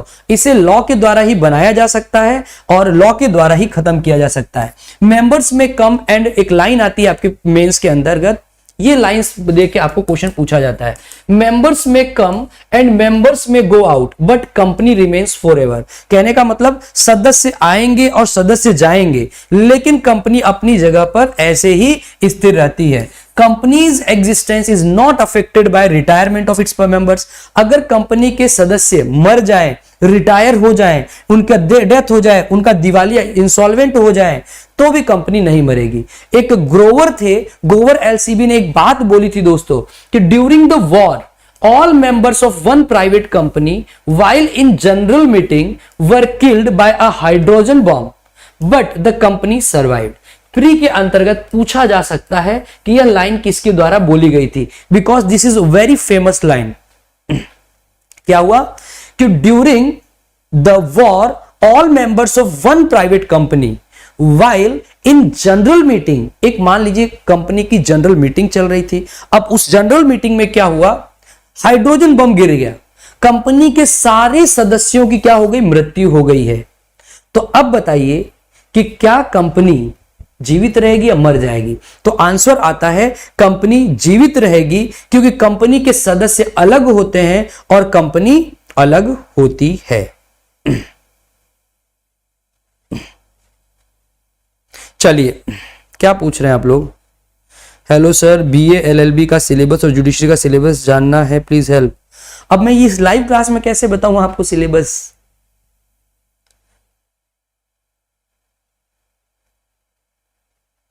Please try to understand. ये कॉन्सेप्चुअल क्लास है, अभी सुनो। इसके लिए अगर आपको क्वेश्चनिंग करनी होती है ना इस तरह की, तो मैं 1:30 पर स्पेशल क्लास देता हूं, वो भी फ्री है। इसे आप ज्वाइन करके आप आराम से पूछ लीजिएगा, क्योंकि यहां पर देखो ये कमेंट वेमेंट बहुत दूर रहता है। अब समझो बात को यार, लगभग सिलेबस सबका सेम है, जो मैं भी पढ़ा रहा हूं ना सब में सिलेबस ये सेम है, ठीक है। आइए, तो युद्ध काल में एक निजी कंपनी के समस्त सदस्य बम विस्फोट में उस समय मारे गए, जबकि कंपनी की सामान्य सभा चल रही थी। फिर भी कंपनी का अस्तित्व बना रहा, क्योंकि कंपनी का एक परपेचुअल सक्सेशन होता है। Even not a hydrogen bomb could destroy, एक हाइड्रोजन बम भी कंपनी को डिस्ट्रॉय नहीं कर सकता है। Getting my point? I hope you got my point.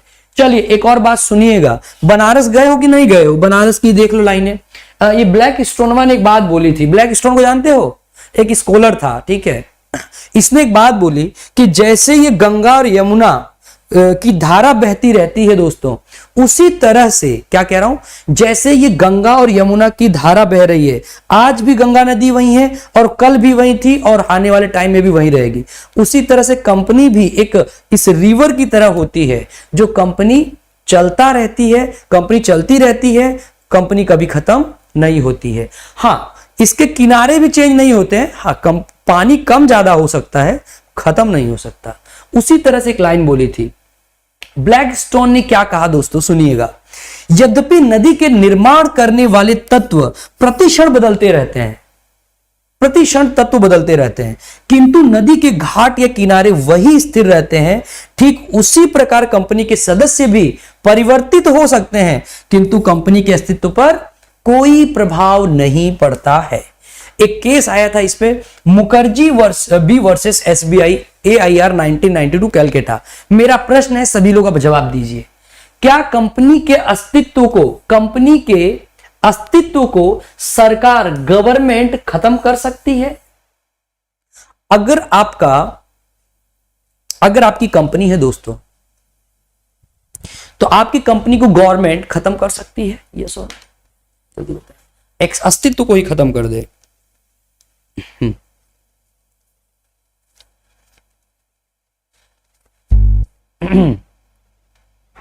Company के अस्तित्व को खत्म किया जा सकता है गवर्नमेंट के द्वारा?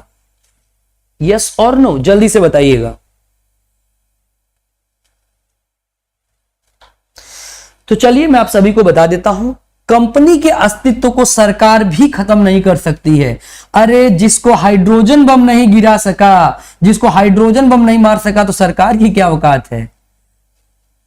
हाइड्रोजन बम गिर गया और कंपनी नहीं मरी तो क्या गवर्नमेंट मार सकती? No, never ever. कंपनी के अस्तित्व को सरकार भी समाप्त नहीं कर सकती। मैंने आपको बताया, इट हैज परपेचुअल सक्सेशन।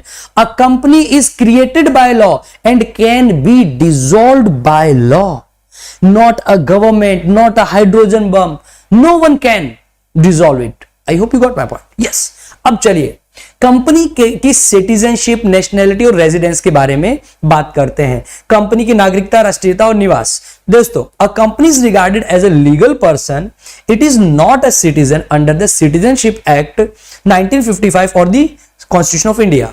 कि क्या कंपनी एक नागरिक की तरह होती है? तो आंसर आएगा नो। यह एक लीगल पर्सन है but it is not a citizen of India. He has no voting right. He is not, it is not counted under citizenship act 1955। बिल्कुल। अब देखिए, certain fundamental rights enshrined in the Constitution of India for protection of persons, example Article 14 right to equality are available to company। ये क्या कह रहा है कि जैसे अनुच्छेद 14 की सुविधाएं एक पर्सन को मिलती है, हाँ, इस तरह के मूलभूत अधिकार कंपनी को भी मिले हैं। कंपनी को भी आर्टिकल 14 का बेनिफिट होता है, हम जैसे व्यक्तियों को भी आर्टिकल 14 का बेनिफिट होता है, लेकिन यह कभी भी नागरिक नहीं कहलाती है। अब आप ये ग्राउंड नहीं दे सकते कि आर्टिकल 14 में कंपनी आएगी क्या? हाँ आएगी। अच्छा, तो आर्टिकल 14 में आएगी तो सिटीजन क्यों नहीं है? अरे कैसे सिटीजन हो जाएगा? क्या वोट दे सकता है? No, he has no voting right. Company कभी वोट नहीं दे सकती। अगर कंपनी वोट देने लग जाए ना दोस्तों, कंपनी का एक वोट काउंट हो जाए, तो आपको बता दूं, विपक्षी पार्टियां जो हार रही हैं वो पूरे दिन कंपनी बनाने में लग जाएगी कि सब लोग कंपनी बनाओ, सब जीतेंगे हम लोग। समझो बात को। अब देखिए नेशनैलिटी। देखिए नेशनैलिटी का पॉइंट मैं आपको बता दूं, रेजिडेंस की पॉइंट की बात बता दूं। रेजिडेंस का मतलब कंपनी का रजिस्टर्ड ऑफिस जहां होता है वह कंपनी की रेजिडेंस कहलाती है, और नेशनैलिटी मतलब इंडियन कंपनी, अमेरिकन कंपनी, इस हिसाब से चलती है। That's it. अब देखिए आगे की बात। एक केस था वेरी इंपॉर्टेंट, संविधान में भी पूछा जाता है। Okay, is there any problem?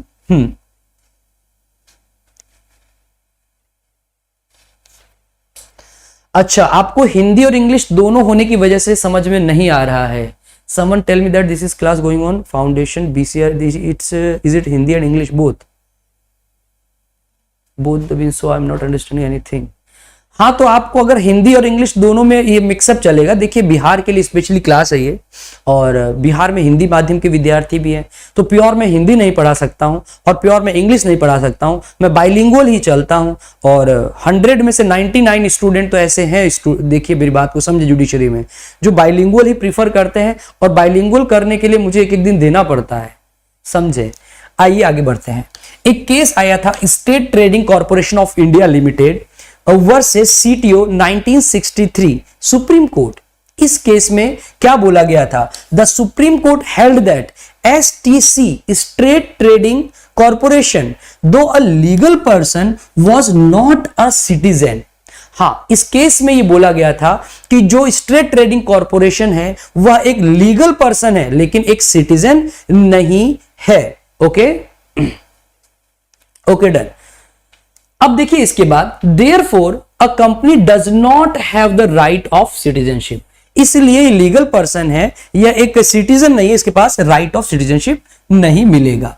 अब एक लिस्ट में आपको दे रहा हूं दोस्तों, सब अभी जो 4 पॉइंट थे जिनको मैंने डिस्कस किया वो चारों एग्जाम में पूछे जाते हैं, इसलिए मैंने इसको डेप्थ में लिया। लेकिन अब आने वाले जो पॉइंट्स हैं इनको मैं पॉइंट टू पॉइंट चलूंगा। हाँ, इसका रिकॉर्डेड वीडियो सेकेंड टाइम देखने के लिए बिल्कुल अवेलेबल रहेगा, निश्चिंत रहिए मणिशंकर। अब चलिए, कंपनी का एक सेपरेट लीगल एंटिटी होती है, पहला। दूसरी कैरेक्टरिस्टिक्स, लिमिटेड लायबिलिटी होती है, सेपरेट प्रॉपर्टी होता है, परपेचुअल सक्सेशन होता है, कॉमन सील होता है, इसका एक इसका कॉमन मुहर भी होती है। Capacity to sue and be sued, yes, इसमें एक कैपेसिटी होती है, कुर्सी के ऊपर वाद ला सकता है, कंपनी के ऊपर भी कोई वाद ला सकता है। आर्टिफिशियल पर्सन होता है, वॉलंटरी एसोसिएशन फॉर प्रॉफिट होता है, ट्रांसफरेबिलिटी ऑफ शेयर्स, यस, इसके संबंध में पब्लिक और प्राइवेट कंपनी होती है, उसको रिगार्डिंग हम बाद में इसको और अच्छे से पढ़ेंगे। फिर इसके बाद सेपरेट मैनेजमेंट, बिल्कुल इसका एक अलग प्रबंधन होता है। Contractual right, right to enter into contract, बिल्कुल आप एक संविदात्मक अधिकार होने की वजह से ये कंपनी संविदा करने का अधिकार रखती है और एक कॉन्ट्रैक्ट में भी एंटर हो सकती है। बिहार का एक क्वेश्चन आया हुआ था दोस्तों, जरा इसको सुनो और समझो जल्दी से। पहली बार ऐसा सुना है कि बाइलिंगुअल आपको समझ में नहीं आ रहा है, बट आई होप बाइलिंगुअल तो सबसे बेस्ट होता है, बाइलिंगुअल की डिमांड करते हैं। मेरे कॉन्ट्रैक्ट एक्ट के नोट्स को जब मैंने जयपुर में किसी ने देखा था, यूनिवर्सल पब्लिकेशन में, आपका जो उन्होंने अपना लॉ कॉलेज खोला हुआ है, उन्होंने जब मेरे नोट्स देखे तो उन्होंने एक ही बात बोली कि भैया आपके नोट्स हैं जो बाइलिंगुअल है, ये कोई नहीं कर सकता है जल्दी से। तो इसलिए आप अगर प्योर इंग्लिश मीडियम है तो बात अलग है, बट 99% के लिए कंफर्टेबल है। Which of the following is not characteristics of a public company? कौन सी पब्लिक कंपनी की कैरेक्टरिस्टिक्स नहीं है? It has a shares, its shares are non-transferable. बोलो, अब ये जो प्रश्न आया था क्या इस लिस्ट में से नहीं आया है? आपको लग रहा होगा कि सर तो बेसिक पढ़ा रहे हैं, लेकिन क्वेश्चन भी एक बेसिक का आएगा, तो क्या करूं मैं? इसलिए मैंने कराया है, देखो कि it has a separate legal entity, it has a perpetual succession, it has a common seal and separate property, its shares are non transferable। तो ये गलत है, its shares are transferable। अब चलिए अब बात करते हैं दूसरे पॉइंट की। अब मैं बाद में बताऊंगा टाइप्स ऑफ कंपनी क्या होती है, कितने टाइप्स के होते हैं अगले लेक्चर में, लेकिन आज के लेक्चर में आप सभी से ये निवेदन करूंगा, आज हमें ये देखना है कि कंपनी के जो मेमोरेंडम ऑफ एसोसिएशन और आर्टिकल ऑफ एसोसिएशन आखिर ये होते क्या हैं, इनका यूज क्या है, एकदम घर की भाषा में सुनना। चलो ध्यान से देखो देखिए, memorandum of association and articles of association, इसको शॉर्ट में एमओए बोलते हैं, उसको शॉर्ट में एओए बोलते हैं। अब हम स्टार्ट कर रहे हैं पहला टॉपिक, मेमोरेंडम ऑफ एसोसिएशन। देखो होता क्या है, जैसे ही कंपनी हो गई, कंपनी के दो इंपॉर्टेंट डॉक्यूमेंट होते हैं, दो डॉक्यूमेंट्स होते हैं। जैसे आप लोग कहीं फ्लैट बुक कराने गए होंगे, अगर आप फ्लैट कोई बुक कराने गए हैं कि नहीं गए हैं, अब फ्लैट बुक कराने जा रहे हैं तो पूछेंगे कि सर, वो मैडम आती है एकदम खुश होके कि प्लीज टेक योर सीट, फिर वो एक ऐसे दस्तावेज लेके आती है, कैसे देखो ऐसे बुकलेट लेके आएगी, लीजिए सर पढ़िए इसको, तो आप उसको ऐसे पन्ने पलट के पढ़ते हैं। तो ये पन्ने जो आप पलट के पढ़ते हैं 4 पेज का होता है, वो कहलाता है प्रोस्पेक्टस। वो क्या कहलाता है? प्रोस्पेक्टस। उसमें देखते हैं अच्छा इतना स्क्वायर फीट है, इतने है ये, तो ये क्या है प्रोस्पेक्टस? कंपनी की जानकारी, बेसिक इंफॉर्मेशन कि कौन कब बना रहा है, किसके अंडर में बन रहा है, कितने स्क्वायर फीट में है, सारी जानकारी। तो कहने का मतलब मेमोरेंडम ऑफ एसोसिएशन वही कंपनी का एक डॉक्यूमेंट है जिसको आप पढ़ के कंपनी की सारी चीजें ले सकते हैं दोस्तों। यस और नो बोलो, एकदम घर की भाषा में समझ आया है। तो मेमोरेंडम क्या होता है? कंपनी की वह जानकारी बताता है जो कंपनी की ऊपरी इंफॉर्मेशंस देता है, कंपनी का इंट्रोडक्शंस देता है, कंपनी के ऑब्जेक्ट के बारे में बताता है, कंपनी का नाम क्या है, कंपनी का काम क्या है। Getting my point? That's it.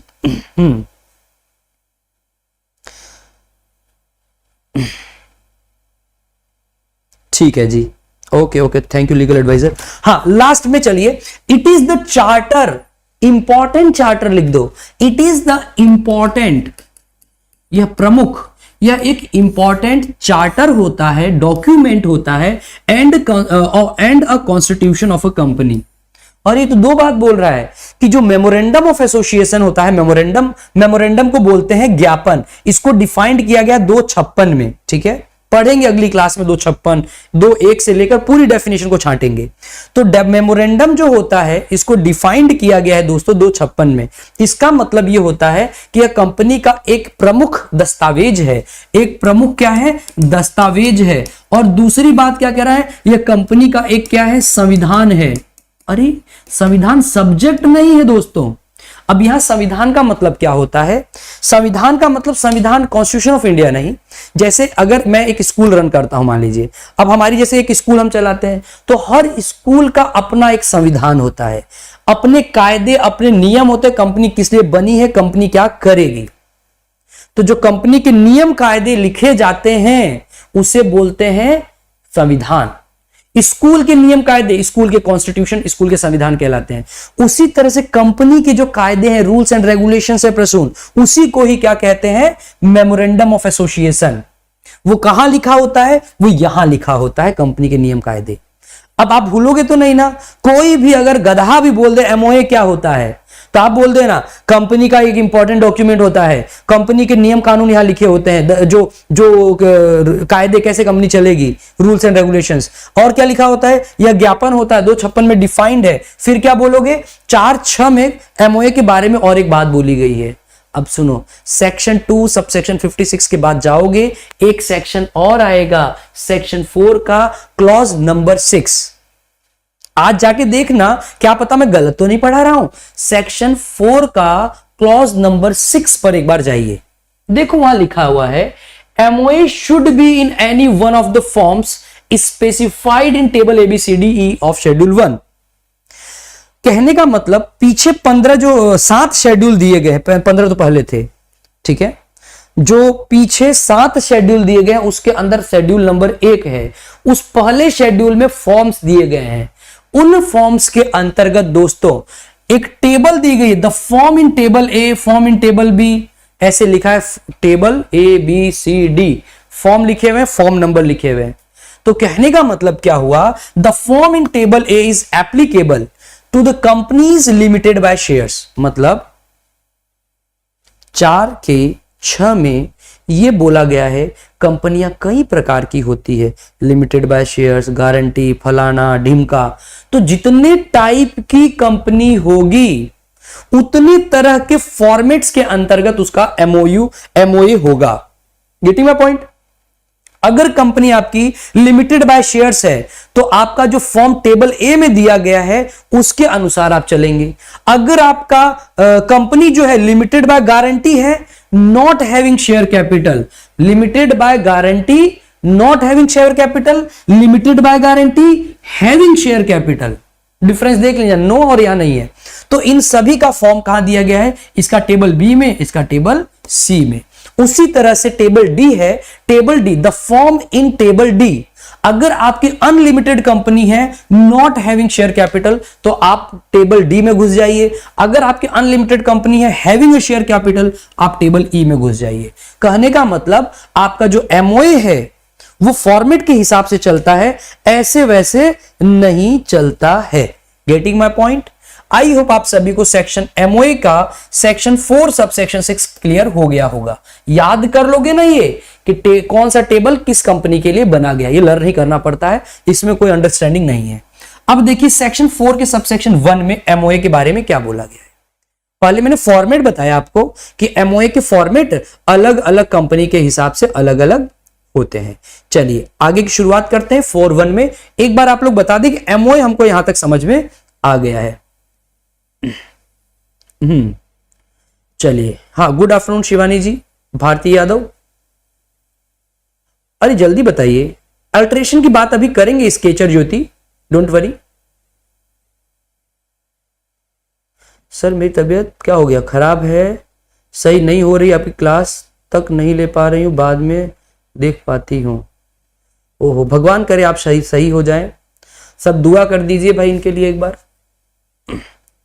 सब लोग कह दो जय श्री राम, सही हो जाएंगे, लिख दो सब लोग जय श्री राम। हाँ, सभी को अच्छे से समझ में आ गया, डन। अब देखिए सेक्शन 4 सबसेक्शन 1 जो है वह एमओए की बात करता है। देखिए इसमें नेम पहले लिखा होता है, name of the company stated in memorandum of association.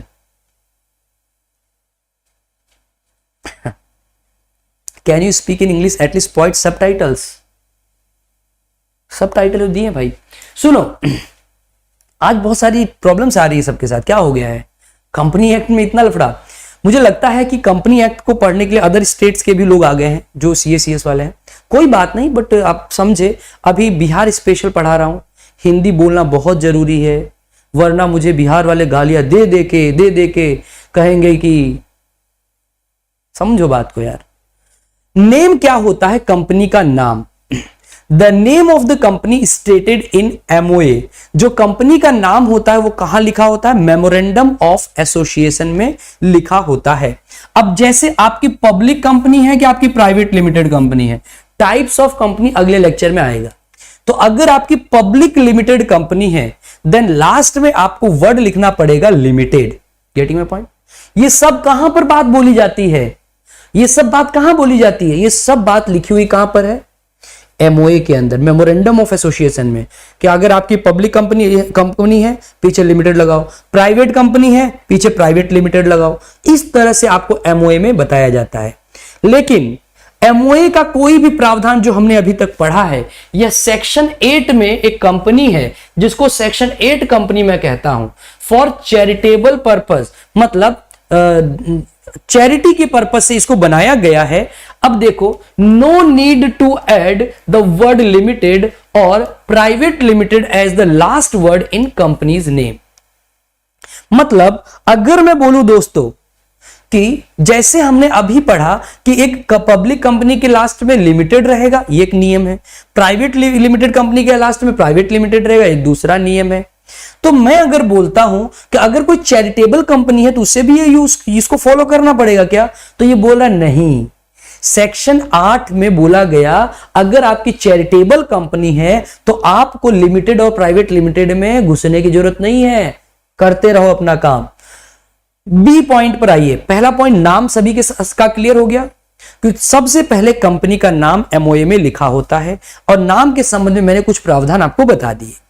अब राज्य की बात देखो। अब जब कंपनी आप बना रहे हैं, कंपनी आपकी चल रही है, तो आपका एक रजिस्टर्ड ऑफिस होता है। तो आपका रजिस्टर्ड ऑफिस किस राज्य में है, उस राज्य का नाम, जहां पर आपका पंजीकृत कार्यालय रजिस्टर्ड ऑफिस सिचुएटेड है, वह भी आपको बताना पड़ेगा।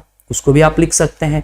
आफ्टर दैट, ऑब्जेक्ट, उद्देश्य कंपनी का क्या है, किस पर्पस से कंपनी आपकी वर्क कर रही है, व्हाट आर द ऑब्जेक्ट्स, वो भी आपको एमओए में लिखना पड़ता है।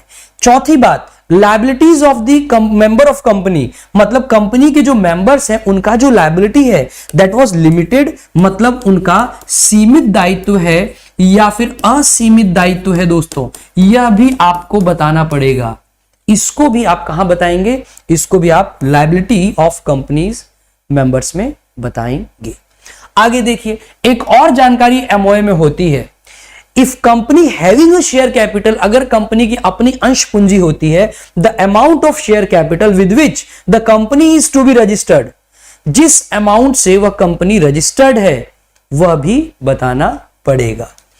अब एफ पॉइंट देखिए, और क्या एमओए में होता है? OPC, one person company.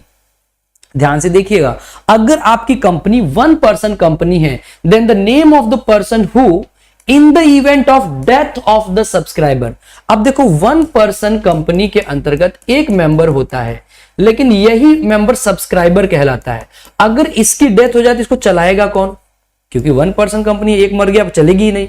तो इसके लिए एक अल्टरनेट ऑप्शन होता है, इन the event of death of the subscriber, एक कोई अदर मेंबर का भी नाम लिया जाता है कि अगर डेथ हो गई तो ये अदर मेंबर आएगा। तो ये लिखा, the name of the person who in the event of death of subscriber shell become the member of the company.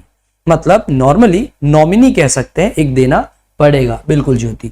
अब इसके कंटेंट्स के अंतर्गत देखिए, अगर मैं कंटेंट्स की बात करूं तो यहां पर देखो, ये मैंने आपको जनरल इंफॉर्मेशन बताई एमओए के बारे में, यस और नो?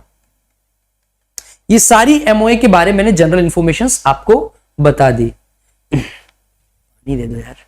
चलिए अब आगे की बात करते हैं। दूसरी बात, हाँ, जय श्री राम। आगे चलो। अब देखो, अच्छी बात, अगर मैं कहूं कि एमओए के कंटेंट्स क्या क्या होते हैं दोस्तों, एमओए के जो कंटेंट्स होते हैं, पहला देखो नेम क्लॉज, पहला नेम क्लॉज होता है, दूसरा सिचुएशन क्लॉज होता है, नेम के अंदर कंपनी का नाम, सिचुएशन आपका रजिस्टर्ड ऑफिस कहां सिचुएटेड है, कहां स्थित है, ऑब्जेक्ट क्लॉज कंपनी का ऑब्जेक्ट क्या है, liability clause, capital clause, subscription clause. बोलो ये सारे पढ़ा दिए। इस तरह से हेडिंग लगा के आपको अच्छे से पढ़ के आना है। Okay, I hope you got my point. ये वाले पॉइंट की बात कर रहे हैं। अरे ये वाला पॉइंट ही तो मैं बोल रहा हूं। अब मैं बताऊंगा कि एमओए के अंतर्गत ये 6 कंटेंट होते हैं। मतलब एमओए कंपनी की बेसिक जानकारी को बताता है। पहला बताएगा नेम क्लॉज के बारे में। तो देखिए नेम क्लॉज के बारे में क्या बता रहा है, ध्यान से सुनिएगा। मैं नेम क्लॉज पर ज्यादा जोर इसलिए दे रहा हूं क्योंकि एग्जाम में बार बार यहां से प्रश्न आता है, वेरी इंपॉर्टेंट है। ध्यान से देखिए, ओपीसी वाला पॉइंट वापस बताना है। मैं ये कह रहा हूं ओपीसी के अंतर्गत, ध्यान से देखिए, एक बार आ जाते हैं। कोई डाउट है इनका? यस, ओपीसी वाले पॉइंट में भी ये बोल रहा हूं कि जनरली ओपीसी का मतलब होता है, एक ओपीसी वाली 1 पर्सन कंपनी कोई है तो उसके अंतर्गत एक सदस्य ही होता है, उसके अंतर्गत एक सदस्य ही होगा, एक ही सब्सक्राइबर होगा। अगर वही सब्सक्राइबर मर जाए तो 1 पर्सन कंपनी कौन चलाएगा? इसलिए इसकी डेथ होने पर इसकी जगह पर एक नॉमिनी का नाम लिया जाना जरूरी है। बस यही तो बता रहा हूं, ताकि ये मर जाए तो इसका आएगा। ये दोनों एक साथ काम करेंगे तो 2 पर्सन हो जाएंगे, नहीं, इसकी डेथ होने पर ये नॉमिनी काम करेगा इसकी जगह, तो नॉमिनी का नाम दीजिए। अब चलिए कंटेंट्स ऑफ एमओए की अगर बात करें तो इन कंटेंट्स के बारे में ढंग से हम पढ़ाई करते हैं। पहला देखिए, पहला कंटेंट में आता है आपका नेम क्लॉज। अभी आगे 1 पर्सन कंपनी जब पढ़ाऊंगा तो आपको बताऊंगा ज्योति। अभी सिर्फ एमओए के बारे में देखिए। नेम क्लॉज के अंदर देखिए, it is the first clause of MOA. मतलब मेमोरेंडम ऑफ एसोसिएशन के अंदर पहला क्लॉज जो होता है वो किसका होता है? वह होता है दोस्तों नेम क्लॉज। नेम का मतलब it states the name by which a company is to be known. यह उस नाम को बताता है जिसे एक कंपनी जानी जाती है, उस कंपनी का नाम हो गया। दूसरा, name shall not be identical with और resemble to nearly to the name of an existing company. अगर कोई एग्जिस्टिंग कंपनी पहले से चलती आ रही है तो उसके जैसे का जैसा नाम आप नहीं रखेंगे। ये आपकी लिमिटेशंस बता रहा है, आपकी रुकावटें बता रहा है, ऐसा आप नहीं कर सकते। तीसरा पॉइंट देखिए,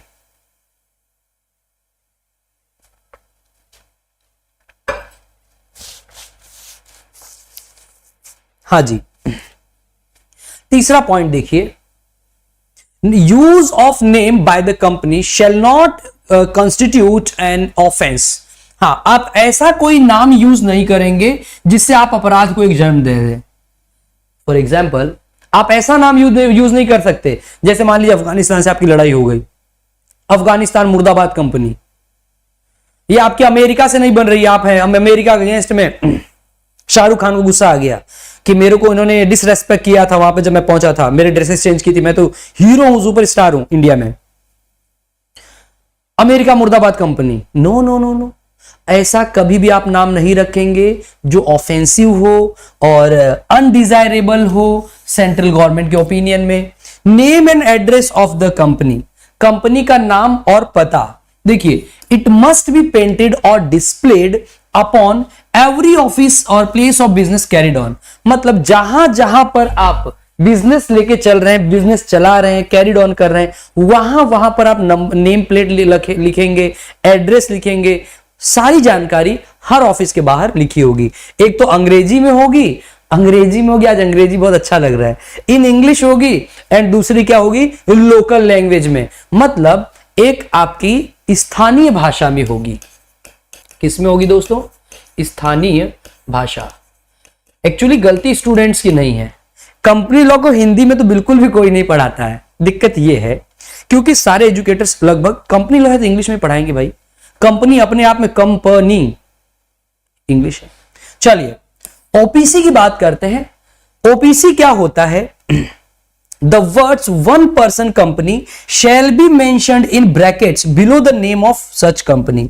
हां, अगर प्राइवेट हो गया, पब्लिक हो गया, अगर आपकी वन पर्सन कंपनी है तो वन पर्सन कंपनी के नाम के नीचे ब्रैकेट में वन पर्सन कंपनी लिखना जरूरी है। यह भी एक इंपॉर्टेंट पॉइंट है। The name shall be considered undesirable. अब देखो, मैंने एक वर्ड लिखा कि सेंट्रल गवर्नमेंट के ओपिनियन में नाम जो है वह अनडिजायरेबल नहीं होना चाहिए। तो कब कब कंपनी को के नाम को अनडिजायरेबल माना जा सकता है दोस्तों, बता सकते हैं? तो देखिए, नीचे लिखी गई बातें हैं। चलिए, नीचे लिखी गई बातें हैं। इन सिचुएशंस में कंपनी को अनडिजायरेबल माना जाएगा, अवांछनीय। देखिए, it attracts the provision of section 3, एक एक्ट है दोस्तों, the emblem and names act 1950। Emblem का ई बड़ा होगा। The emblems and names prevention and improper use act 1950। इसके धारा 3 के अनुसार अगर आप पाए जाते हैं तो आप अवांछनीय हैं, क्योंकि इसका धारा 3 क्या कहता है? इसका धारा 3 कहता है आपका नाम ऐसा नहीं होना चाहिए। और अगर आपका नाम सेक्शन 3 के अकॉर्डिंग, इस एक्ट के, तो आपको क्या कंसीडर किया जाएगा? अनडिजायरेबल। आपका नाम अवांछनीय है।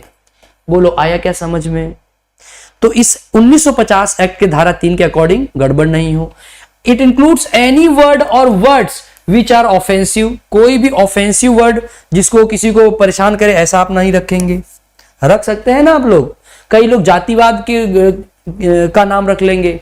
हाँ, आप लोग देखो, नाप को छोड़ो, किसी ने फॉरेन में किसी ने देवी देवताओं का वो फोटो यूज कर लेते हैं गलत जगह पर और उसको क्रिएटिविटी में लेके जाते हैं, तब उनकी ऐसी तैसी करते हैं हम लोग, तो गलत है ना, ऑफेंसिव है। ऐसा काम आप नाम में भी नहीं करें, फोटो में भी नहीं करें। Proposed name is identical with और to nearly resemble the name of LLP. और जो प्रपोज्ड नेम होगा आइडेंटिकल या फिर टू नियरली रिजेंबल नहीं होना चाहिए किसी एलएलपी के, लिमिटेड लायबिलिटी पार्टनरशिप के। चलिए, ये आपका नेम क्लॉज मैंने अच्छे से पढ़ा दिया। अब मैं आपको बताता हूं सिचुएशन क्लॉज जो होता है एमओए का, वो क्या कहता है दोस्तों। देखिए, name of the state in which registered office is situated, वह राज्य जहां पर आपका रजिस्टर्ड ऑफिस सिचुएट है वह सिचुएशन क्लॉज कहलाता है।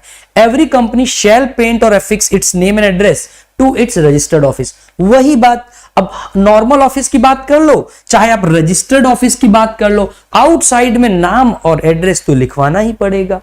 आगे चलिए, every company shall have it's name painted on hundis. अगर आपकी कंपनी की हुंडी है, हुंडी पर आपका नाम होना चाहिए। प्रोमिसरी नोट है, प्रोमिसरी नोट पर होना चाहिए। बिल्स ऑफ एक्सचेंज पर होना चाहिए। आपके कोई अन्य दस्तावेज हैं, उन अन्य दस्तावेज पर भी आपके नाम होने चाहिए। मतलब हर जगह आपका एफिक्स रहेगा नाम। हर कंपनी का नाम हुंडी, प्रोमिसरी नोट, एक्सचेंज के बिल ऑफ एक्सचेंज और अन्य दस्तावेजों पर एनग्रेव्ड होगा, छपा होगा। चलिए, तीसरा पढ़ते हैं, ऑब्जेक्ट क्लोज। एमओए का ऑब्जेक्ट क्लोज क्या कहता है? It determines the purpose of the company. आपकी कंपनी का उद्देश्य क्या है वह बताता है ऑब्जेक्ट क्लॉज। ये कंपनी की कैपेसिटी, क्षमता को बताता है। This clause helps in knowing that the pre determined range of activities. मतलब आप कितनी लिमिट है, आपकी औकात कितनी है, कहां तक आप काम कर सकते हैं। फॉर एग्जाम्पल, इसी को ही आप जानते हैं अल्ट्रा वायर्स। अल्ट्रा वायर्स का कॉन्सेप्ट यहीं से आया था। अल्ट्रा वायर्स याद है आप सभी को? अल्ट्रा वायर्स का मतलब होता है बियॉन्ड द लिमिट। एग्जाम में आ सकता है ये आपके, बियॉन्ड द लिमिट्स। अगर आप कंपनी है और आप कंपनी जो है वह कंपनी अपने कंपनी के जो मेंबर्स हैं, वो कंपनी के जो लिमिट्स हैं, जो उस कंपनी के औकात है, उसके बाहर जाके कॉन्ट्रैक्ट करता है। होता यूं है, मैनेजर को बोला गया तो इतना ही काम करने के लिए ऑथराइज है, बट वो बेचारा क्या करता है, अपने आप को बड़ा ओहदा वाला समझता है। वो क्या करता है, अपनी लिमिट से बाहर जाके काम करता है। तो एक कंपनी, अगर एक कंपनी की लिमिट इतनी है या कोई मेंबर है, सदस्य, उसकी लिमिट इतनी ही है और वो यहां बैठा है और यहां से बाहर काम करता है, तो इतना काम तो वैलिड होगा। रुको, अच्छे पेपर बताता हूं। ये कंपनी की लिमिट्स है और यहां पर आप बैठे हैं। अगर यही कंपनी या मेंबर्स यहां तक काम करते हैं तब तो ठीक है, ये वैलिड है, इतना काम वैलिड है।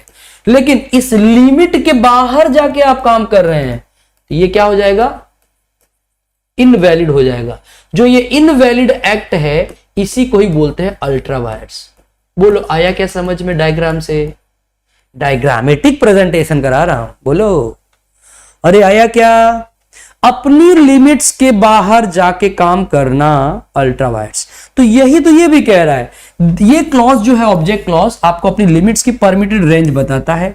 The object shell not be against the law. हाँ, आपका उद्देश्य कानून के विरुद्ध नहीं होना चाहिए, पब्लिक पॉलिसी के अगेंस्ट नहीं होना चाहिए, हमारी कंपनी अधिनियम के जो प्रावधान है, प्रोविजन है, उसके अगेंस्ट में नहीं होना चाहिए। It must be certain unambiguous, ये निश्चित होना चाहिए। और ऐसा नहीं हो कि हमारा उद्देश्य ऐसा है, हम वो करेंगे, ये करेंगे, वैसा करेंगे, और कुछ आप स्पेशली मेंशन नहीं कर रहे हो। जानते हो ना, जब आपको आंसर नहीं आता है कैसे आप आंसर लिखते हो? वही क्वेश्चन का लाइन, हाँ ये होता है, अच्छा इसमें ये पाया जाता है, इसलिए होता है, इसलिए इसको ये कहते हैं। बाद में कंक्लूजन भी लिख के आते हैं ऐसे लोग, कंक्लूजन वही लिख देते हैं कि जो 2-3 लाइनों में क्वेश्चन लिखा हुआ था। तो ऐसा आप ऑब्जेक्ट क्लॉज अनएम्बिगियस नहीं रख सकते हैं कि इसका मतलब क्या है, इसका मतलब यही है जो हम जानते हैं और हमें पता है, लेकिन इसका मतलब यह भी हो सकता है जो हम जानना चाहते हैं। ऐसा आंसर नहीं होना चाहिए, ऐसे ऑब्जेक्ट भी नहीं होने चाहिए, clear and neat and clear होने चाहिए। एंड ऑब्जेक्ट आपके कंप्लीट और कॉम्प्रिहेंसिव भी होने चाहिए। चलिए, तो ये आपको मैंने अच्छे से बताया। अब देखिए चौथा पॉइंट जो आपका आता है लायबिलिटी क्लॉज एमओए का, इनकॉर्पोरेशन ऑफ कंपनी। ये इन के आगे स्पेस गलती से लग गया है, इन के आगे कॉर्पोरेशन गलती से बन गया है। इसको इनकॉर्पोरेशन मतलब रजिस्ट्रेशन की बात कर रहे हैं दोस्तों। Okay Joy ji, incorporation of company का मतलब ये 2 मोड पर होता है दोस्तों इनकॉर्पोरेशन। या तो आप रजिस्ट्रेशन लिमिटेड बाय शेयर्स हैं तो करवाइए, या फिर आप लिमिटेड बाय गारंटी है तो करवाइए। यस और नो? तो limited by shares and limited by guarantee. Limited by shares में क्या होता है, जब मैं एलएलबी का भी पेपर दे रहा था ना, तब भी मुझे लोग इतना जानते थे जोधपुर में कि जो एग्जामिनर आया था वो भी कह रहा कहीं देखा है, क्योंकि मेरे पास वो इंटरव्यू देने आया था। और आपको मैं बता दूं, उसके मैंने खूब एंजॉय किया था। उस पेपर में मुझे थोड़ा कम आता था, मैंने उसको बुलाया, आ जाना जोधपुर में ऑफिस में, जॉब मिल जाएगी, थोड़ा सा हेल्प कर देना मेरी। तो वो दिन मुझे अभी तक नहीं भूलता है। तो जब मैं, क्योंकि इंस्टीट्यूट तो पहले से ही रन था जब मैं लॉ नहीं कर रहा था, तो फिर मैं जब गया पेपर में तो बाकायदा उस बेचारे ने मुझे 4 क्वेश्चंस बताए थे और मैं खूब अच्छे से लिख के बाहर आया था। देखो जो है सो है फैक्ट, नहीं मिल पाया टाइम। अब देखो, तो कोई भगवान सहायता करता है अपने को। अगर आप दूसरों की हेल्प करते हैं तो आपके भी कभी कभी लोग हेल्प कर जाते हैं। अब सुनो, कंपनी जो लिमिटेड क्लॉज होती है उसका इनकॉर्पोरेशन 2 प्रकार से होगा। अगर लिमिटेड बाय शेयर्स है या लिमिटेड बाय गारंटी है। अगर आपकी कंपनी लिमिटेड बाय शेयर्स है, no member can be called upon to pay more than that what remains unpaid. किस पर unpaid? On the shares held by him. कहने का मतलब, अगर आपने दोस्तों शेयर्स को खरीदा है और आप जानते हैं कि आपके शेयर्स हैं, आपने 1 लाख के शेयर खरीदे हैं, तो आपका जो अनपेड शेयर्स होगा, अनपेड अमाउंट ऑफ शेयर जो होगा, उतना ही आपको यहां चुकाना है, उससे ज्यादा नहीं। लेकिन अगर आपकी लिमिटेड बाय गारंटी वाला मामला है तो यहां पर इन the event of liquidation of company, अगर आपकी कंपनी लिक्विडेट होती, मैं ये बता रहा हूं कि लायबिलिटी क्लॉज के अनुसार on the basis of liability company का जो इनकॉर्पोरेशन होता है 2 प्रकार से होता है। अगर आप लिमिटेड बाय शेयर्स हैं तो आपकी लायबिलिटी कितनी होगी, और अगर आप लिमिटेड बाय गारंटी वाले कंपनी है तो आपकी लायबिलिटी कितनी होगी। तो लिमिटेड बाय शेयर्स में आपके अनपेड अमाउंट ऑफ शेयर्स तक ही आप लायबल हैं, लेकिन अगर लिमिटेड बाय गारंटी में आप घुस गए हैं तो आपकी लायबिलिटी कितनी होगी। आपको इसको चेक करने के लिए एक पॉइंट याद रखना है, अगर आपकी कंपनी बंद हो रही, विघटन हो रहा है, लिक्विडेशन हो रहा है, उस सिचुएशन में amount which each member should undertake to contribute to the assets of the company, जितना पैसा आपने कंपनी के असेट्स में कंट्रीब्यूट करने की गारंटी दे दी, पूरी की पूरी गारंटी के लिए आप लायबल होंगे। यस, इनको बाद में और अच्छे से डिस्कस करूंगा। 5वें पॉइंट पे आइएगा। अब देखिए कैपिटल क्लॉज की बात कर लेते हैं दोस्तों, कैपिटल क्लॉज की बात कर लेते हैं। Authorized capital of company shall be mentioned in 5th clause of MOA. अब क्या हुआ, जो कंपनी का ऑथोराइज्ड कैपिटल, अब पूछेंगे सर कंपनी का ऑथोराइज्ड कैपिटल होता क्या है, तो मैं कहूंगा कंपनी की औकात, एक कंपनी की कितनी मैक्सिमम लिमिट है, एक कंपनी अपने पूरे लाइफ टाइम में अधिकतम शेयर्स को जितना इश्यू कर सकती है वह मैक्सिमम लिमिट कंपनी की ऑथोराइज्ड शेयर कैपिटल कहलाती है। नहीं समझे, नहीं समझे, मतलब जैसे हमने एक कंपनी बनाई, वह कंपनी अपने पूरे जीवन काल में अगर 100 करोड़ के शेयर्स इश्यू कर सकती है तो 100 करोड़ से ऊपर नहीं जा सकती कभी भी। तो वो चाहे 100 साल जिए कंपनी, चाहे 20 साल जिए, तो जो अधिकतम शेयर्स कंपनी इश्यू कर सकती है वह अधिकतम जो लिमिट है वह कहलाती है authorised capital of the company. तो ऑथोराइज्ड कैपिटल को भी एमओए के 5वें क्लॉज में मेंशन करना पड़ेगा कि हमारी जो कंपनी है उसकी इतनी लिमिट है, वो भी बतानी पड़ेगी जनरल इंफॉर्मेशन। फिर लास्ट में देखो आता है सब्सक्रिप्शन क्लॉज। सब्सक्रिप्शन क्लॉज क्या स्टेट करता है, it states that each subscriber must take at least 1 share, प्रत्येक सब्सक्राइबर सिर्फ केवल एक शेयर कम से कम जरूर खरीदेगा। Each subscriber must write opposite to his name the number of shares which he agrees to take. मान लीजिए राम ने इतने शेयर लिए 5, मोहन ने 500 और सोहन ने 1000, तो अपने नाम के आगे लिखो एमओए के अंदर हमने कितने कितने शेयर्स ले रखे हैं। ओके, अब देखो एक टॉपिक आता है आपका, ये आज का एमओए आपका कंप्लीट हो गया नो डाउट, लेकिन आपका एक टॉपिक आता है दोस्तों, उस टॉपिक में यह पूछा जाता है कि अल्टरेशंस को लेकर क्या प्रोविजंस हैं। आज ही करा दूं या आप लोग अब इसको कर सकते हैं? चलिए मैं एक काम करता हूं, मैं आपको एक पॉइंट करा देता हूं, मतलब 6 के 6 अल्टरेशन नहीं कराऊंगा, एक अल्टरेशन समझा देता हूं, उसके बाद आप लोग इस नोट से जरूर पढ़ लीजिएगा, ठीक है? मैंने नोट्स में दिया हुआ है। अल्टरेशन ऑफ नेम क्लॉज, अगर पहला अल्टरेशन की बात करूं तो नेम क्लॉज में कैसे अल्टरेशन होगा सुनो। पहले तो अगर आपका एग्जाम में मेंस में ये प्रश्न आ जाए कि नेम क्लॉज में अगर कंपनी, अच्छा एमओए में अल्टरेशन हो सकता है क्या? 100% हो सकता है। कंपनी के अंदर एमओए में अल्टरेशन हो सकता है क्या? हो सकता है। अभी मैंने एक पॉइंट बताया ऑथोराइज्ड कैपिटल, क्या कंपनी अपने एक बार लिमिट तय कर दे तो उसको चेंज कर सकती है क्या? कर सकती है। उसके प्रोसीजर्स होते हैं, प्रोसीजर्स के अनुसार ऑथोराइज्ड कैपिटल भी बढ़ा सकती है। अब सुनो, अल्टरेशन ऑफ एमओए की बात करते हैं। सबसे पहले मैंने नेम क्लॉज को तो आपको पढ़ा दिया ना, वो पूरा आप लिख के आइएगा नेम क्लॉज के बारे में। यस, अब देखिए दूसरा point, application to registrar for reservation of name. सबसे पहले आपको क्या करना है, आपको अपना नाम का रजिस्ट्री करवानी है।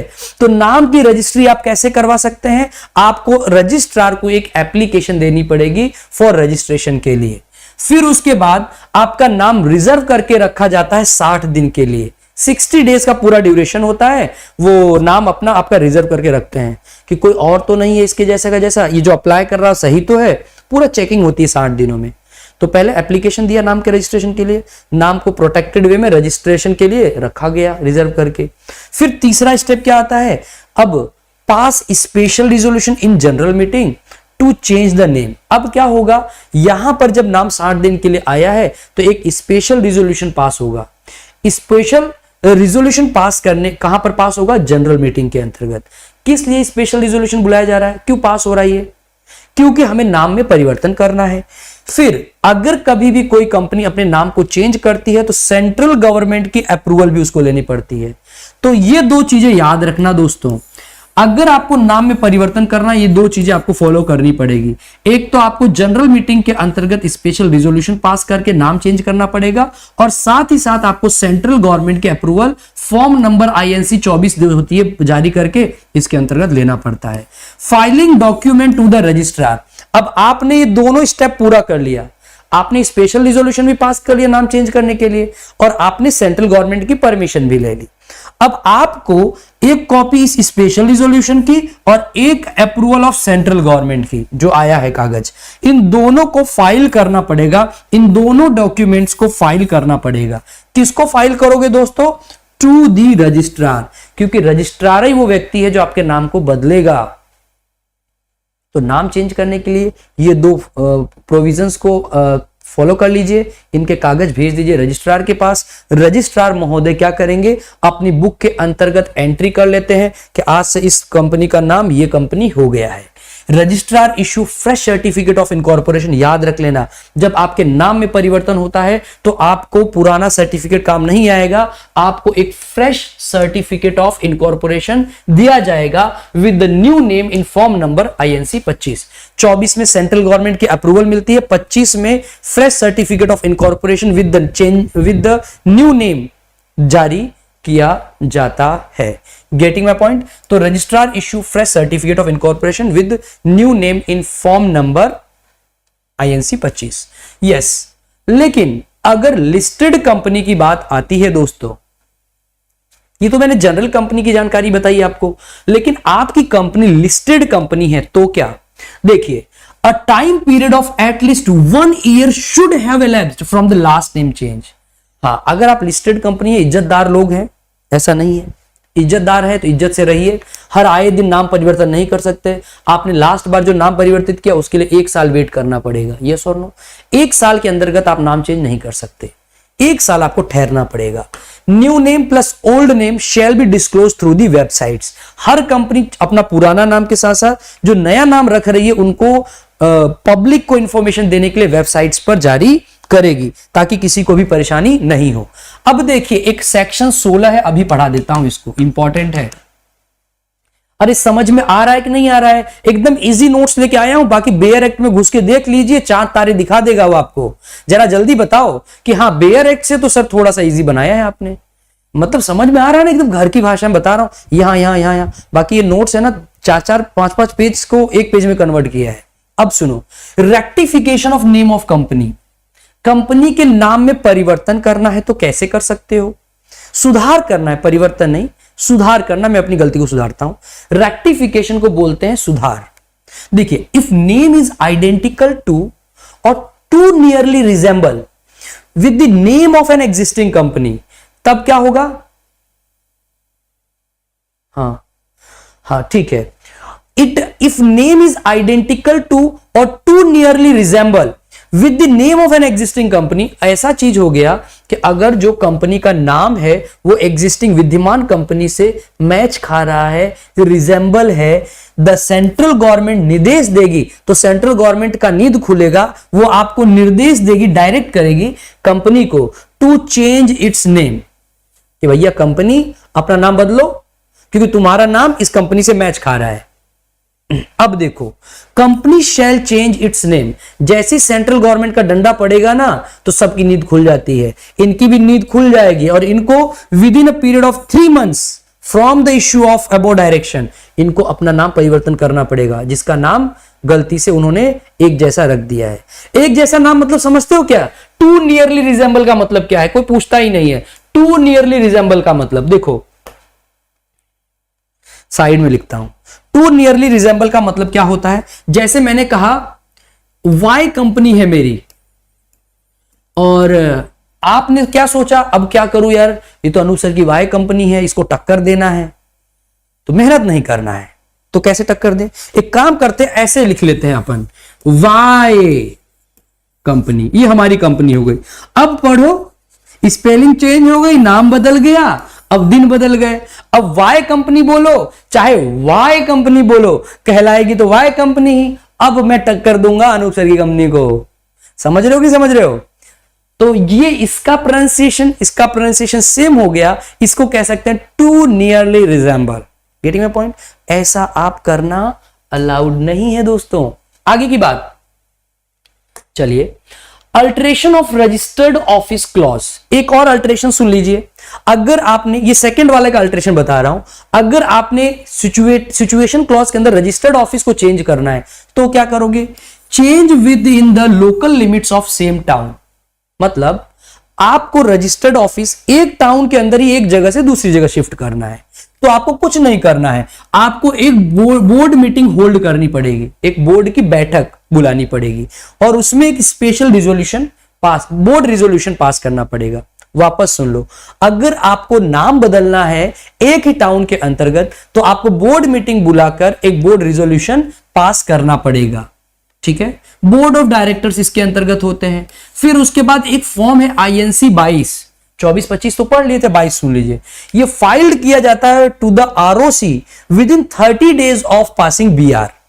मतलब समझो शॉर्टकट है ये, क्या कह रहा हूं, अगर आपको रजिस्टर्ड ऑफिस को बदलना है कि मेरा रजिस्टर्ड ऑफिस बदल जाए, लेकिन आपका जो है वो बदलाव सेम कस्बे के अंदर, सेम सिटी के अंदर ही हो रहा है, तो आपको बोर्ड मीटिंग होल्ड करके बोर्ड रिजोल्यूशन पहला पास करना होगा। अब आपने ये पारित कर दिया, उसके बाद आपको एक फॉर्म फाइल करना है INC 22। वह फॉर्म फाइल किसको किया जाएगा, to the registrar of company. ROC का मतलब होता है रजिस्ट्रार, जो आपके टाउन का है, उसको ये फॉर्म भर के दे दीजिए। With in 30 days of passing board resolution, जिस दिन ये बोर्ड रिजोल्यूशन पास हुआ, निर्णय आपने ले लिया, आपका ऑफिस यहां से यहां शिफ्ट हो गया है, उसके 30 दिन के अंतर्गत आप ROC को कंपनी के रजिस्ट्रार को भेज दीजिए, आपका नाम, आपका रजिस्टर्ड ऑफिस चेंज। अब देखिए, change from one city to another within the same state, एक राज्य के अंदर आपके शहर बदल रहे हैं, तब क्या होगा, if the registered office is to be shifted from one city town और village to another city town और village within the same state, तब क्या होगा, तब क्या होगा दोस्तों, अ स्पेशल रिजोल्यूशन, एक आपको स्पेशल रिजोल्यूशन पारित करना पड़ेगा। ठीक है, और कहां पर पारित करना पड़ेगा, शॉर्ट में लिखा करो, इन जनरल मीटिंग। बस देखो, मैं तो ऐसे पढ़ता हूं, इस पूरी लाइन को ऐसे पढ़ो कि एक स्पेशल, वापस बोलता हूं, अगर आपका सिटी बदल रहा है, एक टाउन से दूसरे टाउन में, एक सिटी से दूसरे सिटी में, एक ही राज्य के अंदर, तो आपको स्पेशल रिजोल्यूशन पास करना पड़ेगा कंपनी की जनरल मीटिंग, सामान्य सभा के अंतर्गत। फिर उसके बाद देखिए, a notice of the change is required to be given to the registrar in form number INC 22। फिर सुनिए, अब जो फॉर्म तो वही रहेगा ना दोस्तों, 22 वाला ही, तो यहां पर भी एक नोटिस ऑफ चेंज आपको देना पड़ेगा फॉर्म नंबर 22 में। यहां डेज बदल गए, कितने दिन में देना पड़ेगा, with in 15 days of such change along with form number MGT 14 towards special resolution passed, ये बताता है सेक्शन 117। अब इसी बात को शॉर्ट में देखो, इन्हीं बात को शॉर्ट में भी आप पढ़ सकते हैं जो आपको मैंने बताया है।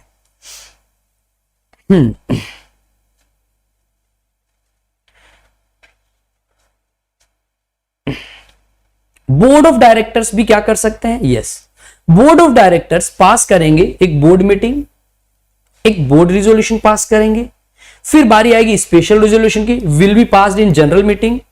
INC 22 और MGT 14 file to the ROC within 15 days of passing of special resolution. अगर मैं बोलूं कि क्या यह लाइन आपको याद करनी चाहिए, यस, शॉर्ट में आप यही याद रख लीजिए B पॉइंट के लिए। समझ में आया क्या, बोर्ड ऑफ डायरेक्टर्स पास करेंगे बोर्ड मीटिंग में बोर्ड रिजोल्यूशन, स्पेशल रिजोल्यूशन एक एक्स्ट्रा आपको यहां पर फॉर्मेलिटी और आगे जनरल मीटिंग में, बाकी का तो सेम है ना, INC 24 की जगह INC 22, MGT 14 एक फॉर्म और आ गया है, और ROC को 30 की जगह 15 दिन। अब देखिए, change within the state, अब देखो, change within the same state from the jurisdiction of one registrar of the company of to the jurisdiction of another registrar of companies. मतलब अब रजिस्ट्रार का क्षेत्राधिकार बदल रहा है, पहले मेरा काम इस रजिस्ट्रार से हो जाता था, अब मेरा रजिस्ट्रार बदल गया, मैं इस क्षेत्राधिकार में ना के दूसरा क्षेत्राधिकार में आ गया, तो same board of directors board meeting pass करेंगे, बोर्ड रिजोल्यूशन पास करेंगे, बोर्ड मीटिंग में नोटिस दे देनी पड़ेगी, मीटिंग स्पेशल रिजोल्यूशन एक पारित करना पड़ेगा। MGT 14 कहने का मतलब सेम प्रावधान मिल गया कि नहीं मिल गया, यस, ये सेम टू सेम अप्लाई हो जाएगा यहां पर। तो ये थोड़ी बहुत चीजें थी दोस्तों जो आपको मैं बता देता हूं, बट यहां पर फॉर्म नंबर चेंज हो जाएगा, फॉर्म नंबर INC 23 आ जाएगा, आप थोड़ा बहुत पढ़ लीजिएगा। So this is the ending of the class. अब आप लोग, आई होप थोड़ा बहुत मैंने आपको जो बेसिक जानकारी दी है, किस तरह से आपको अल्टरेशन याद रखना है, आप लोग पढ़ लीजिएगा। कुछ कंटेंट भी मैं दे देता हूं, ठीक है, इस कंटेंट को भी आप पढ़ सकते हैं, ठीक है, ये वाला कंटेंट आप जरूर पढ़िएगा। ये मैंने अपने ओन लैंग्वेज में बनाया है कि अ company can change its object. अगर आपको ऑब्जेक्ट क्लॉज में चेंज करना है, ऑब्जेक्ट के अंतर्गत अल्टरेशन करना है, तो आप कैसे कर सकते हैं, चलो ये लास्ट बता देता हूं और सुन लो। अ कंपनी, टाइम है क्या? यस, 5 मिनट ही है। A company can change its object by passing special resolution in general meeting in case of listed company. पहली बात यहां खत्म हो गई। अगर आपकी लिस्टेड कंपनी है, स्पेशल रिजोल्यूशन पास किया जाएगा थ्रू पोस्टल बैलेट, पहला स्टेप ऑब्जेक्ट चेंज करने का। दूसरा, publication of special resolution which changes its object in newspaper. आपने जो स्पेशल रिजोल्यूशन पारित किया है उसे न्यूज़पेपर में पब्लिश करना पड़ेगा। तीसरा, publication on one in English and one in vernacular language. आपको न्यूज़पेपर में एक इंग्लिश पेपर में और एक वर्नाकुलर लैंग्वेज में इसको बदलना पड़ेगा। इसके बाद 1:30 बजे हिंदू लॉ का 300 एमसीक्यू की टेस्ट सीरीज चालू कर रहा हूं, जरूर अटेंड कर लीजिएगा। 1:30 पर हम मिलेंगे। क्लास एंड होने के जस्ट बाद ऑफिस पहुंचूंगा, क्लास स्टार्ट कर दूंगा, ठीक है। तो स्पेशल क्लास कितनी बजे है? 1:30 बजे। अब सुनो, while advertising a postal ballot notice dispatch to the holders and placed on website of the company. मतलब सब जानकारी दे दो, और क्या वेबसाइट है, वेबसाइट पे डाल दो। अप्रूवल आपने जो आरबीआई और सेबी किया वो ली है, उसको आप देख लीजिए, आपको लेनी पड़ेगी। और डॉक्यूमेंट जो अप्रूवल की हो गई, ये देखो, copy of approval of RBI, notice, SR, इन सबको फाइल कर दो रजिस्ट्रार के पास। कहने का मतलब जो परिवर्तन आप कर रहे हो ना, स्पेशल क्लास की लिंक मैंने टेलीग्राम पर शेयर कर दी है, उस पर आप जाके देख सकते हैं। अभी मैं शेयर कर दूंगा क्लास एंड होते ही। अब सुनिए, ये सारी जानकारी आपको किसको देनी है? रजिस्ट्रार को। कहने का मतलब सारा इंफॉर्मेशन, चेंजेस, फॉर्मेलिटीज पकड़ो, थैला बनाओ और रजिस्ट्रार को सौंप दो, आपका अल्टरेशन हो जाएगा। ये एमओए का अल्टरेशन हो गया। The registrar shall register the alteration of object clause. Registrar shall certify the registration of alteration object clause within 30 days from the date of filing of special resolution। और जो certified copy होगी order की, चलिए ये इतना ही याद रखते हैं। 8 नंबर तक आपको मैंने बताया है। ये प्रोसीजर है पूरा का पूरा। प्रोसीजर किसका है दोस्तों? Alteration in object clause. I hope आप सभी को समझ में आ गया होगा। अगली क्लास और लेके आऊंगा अच्छी सी, और फिर उसमें हम लोग और भी थोड़ा बहुत और भी चीजें हम लोग पढ़ेंगे। अगली क्लास में आप सभी को मैं types of company and bare act का सेक्शन 1, सेक्शन 2 जो है वो पढ़ाऊंगा। इसके अलावा आज मैंने 4, 5, 16 पढ़ा दिए। तरीका यही है पढ़ने का, दिक्कत ये है। तो कुछ सेक्शन वाइज भी मैं लेके आने वाला हूं। हाँ ठीक है। अब देखिए कुछ इंफॉर्मेशन आपको मैं दे देता हूं जाते जाते। एक तो आप लोग ज्वाइन कर सकते हैं दोस्तों, आप लोग ज्वाइन कर सकते हैं लिंकिंग लॉस। क्या कह रहा हूं? चैनल का नाम बता देता हूं जहां पे मैं लिंक शेयर करूंगा। लिंकिंग लॉस अनूप सर के नाम से टेलीग्राम चैनल है, जिस पे आप क्या कर सकते हैं? ज्वाइन कर सकते हैं। और यहां पर मैं आप सभी को अभी फ्री क्लास जो होगी उसका लिंक शेयर कर दूंगा, ठीक है, जिसमें आप सभी का हिंदू लॉ का अभी टेस्ट होने वाला है। मॉक देने के लिए जरूर आइएगा। आपको बता दूं, जुडिशरी के लिए आपका ये जो इन्फॉर्मेशन है 2023 के लिए ये आपके ऑफर्स है, लिमिटेड पीरियड ऑफर है। लिंकिंग कोड यूज करके सब्सक्रिप्शन ले सकते हैं। महाराष्ट्र जुडिशरी रैपिड बैच भी एक हम लोग स्टार्ट कर रहे हैं, जिसको भी आप ज्वाइन कर सकते हैं। मैं अनुपाध्याय आप सभी को मिलूंगा टीम के अंतर्गत। एंड 14,000 का है। रेगुलर बैच 4 मई से स्टार्ट हो रहा है, 12 मंथ का। और आपका छत्तीसगढ़ के लिए भी मेन सीरीज स्टार्ट हो रही है। बिहार के लिए mock test 1 law 1 GK test भी इसी पे आप देख सकते हैं। एंड जीएस का महापैक भी है, जिसको भी आप ज्वाइन कर सकते हैं। हिमाचल प्रदेश के लिए भी क्लास आ रही है जी। Okay, Unacademy subscription key benefits है, प्लस और आइकॉनिक की अचीवमेंट्स हैं। स्पेशल क्लास का मतलब होता है फ्री क्लास। फ्री क्लास में आप सभी को interactive live class, polls, raise a hand, never miss a class, lecture notes, any time anywhere facilities are provided. इसका पीडीएफ मैं अभी शेयर करवा दूंगा, ठीक है। अभी मैं इसका पीडीएफ थोड़ी देर बाद शेयर करवा दूंगा, ओके। अब सुनो, प्लस में 6, 12, 18, 24 मंथ्स के कोर्सेज, आइकॉनिक में 6, 12, 24 मंथ्स के कोर्सेज, लिंकिंग कोड यूज करके सब्सक्रिप्शन ले सकते हैं। प्लस में live class, weekly test, analytic exercise, structure courses. और आइकॉनिक में personal guidance, study plan, test analysis और एक्सपर्ट्स की गाइडलाइन भी प्रोवाइड की जाती है। कोई भी इनअप्रोप्रिएट कंटेंट है तो बक्स बाउंटी के माध्यम से आप रिपोर्ट कर सकते हैं। धन्यवाद आप सभी का बहुत बहुत। चलिए, कंपनी एक्ट का ये मेरा पहला लेक्चर था आप सभी के लिए। आई होप मैं आपकी उम्मीदों पर थोड़ा बहुत तो खरा उतरा हूंगा। कमेंट बॉक्स में जरूर बताइएगा लेक्चर के बाद कैसा लगा। आगे के लेक्चर्स के लिए रेडी रहिएगा। परसों आपका एक लेक्चर और बहुत जोरदार लेके आ रहा हूं, जिसमें कंपनी एक्ट का एक और बड़ा कॉन्सेप्ट 2 घंटे का होगा, जिससे कि आपको और अच्छी अच्छी चीजें मिल जाए और एग्जाम में आप अपीयर कर सके। थैंक यू सो मच सभी को मेरी तरफ से एक बार वापस से जय हिंद, जय भारत। थैंक यू, अपना ध्यान रखिएगा। Bye bye.